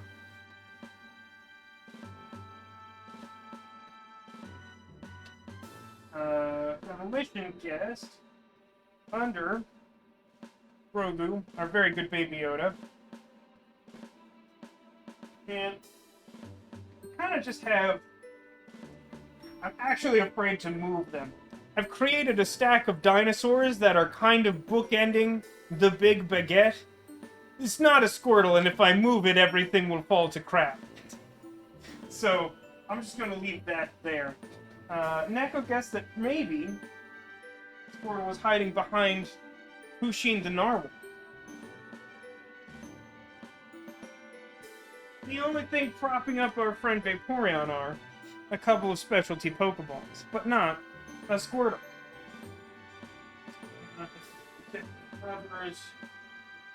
Oh, we had one guess of behind Wall-E. And it turns out that is, in fact, the location of our secret Squirtle.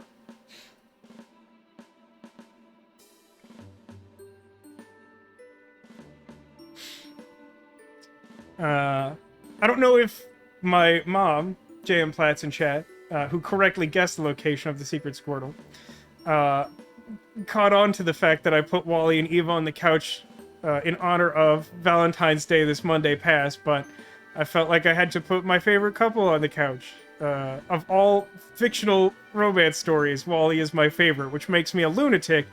And that's pretty much the end of that sentence. But congratulations to J.M. Platts in chat for successfully locating the secret Squirtle. Thank you to everybody for watching. Thanks again for everyone who contributed to our super hype train. And one last confetti for you all.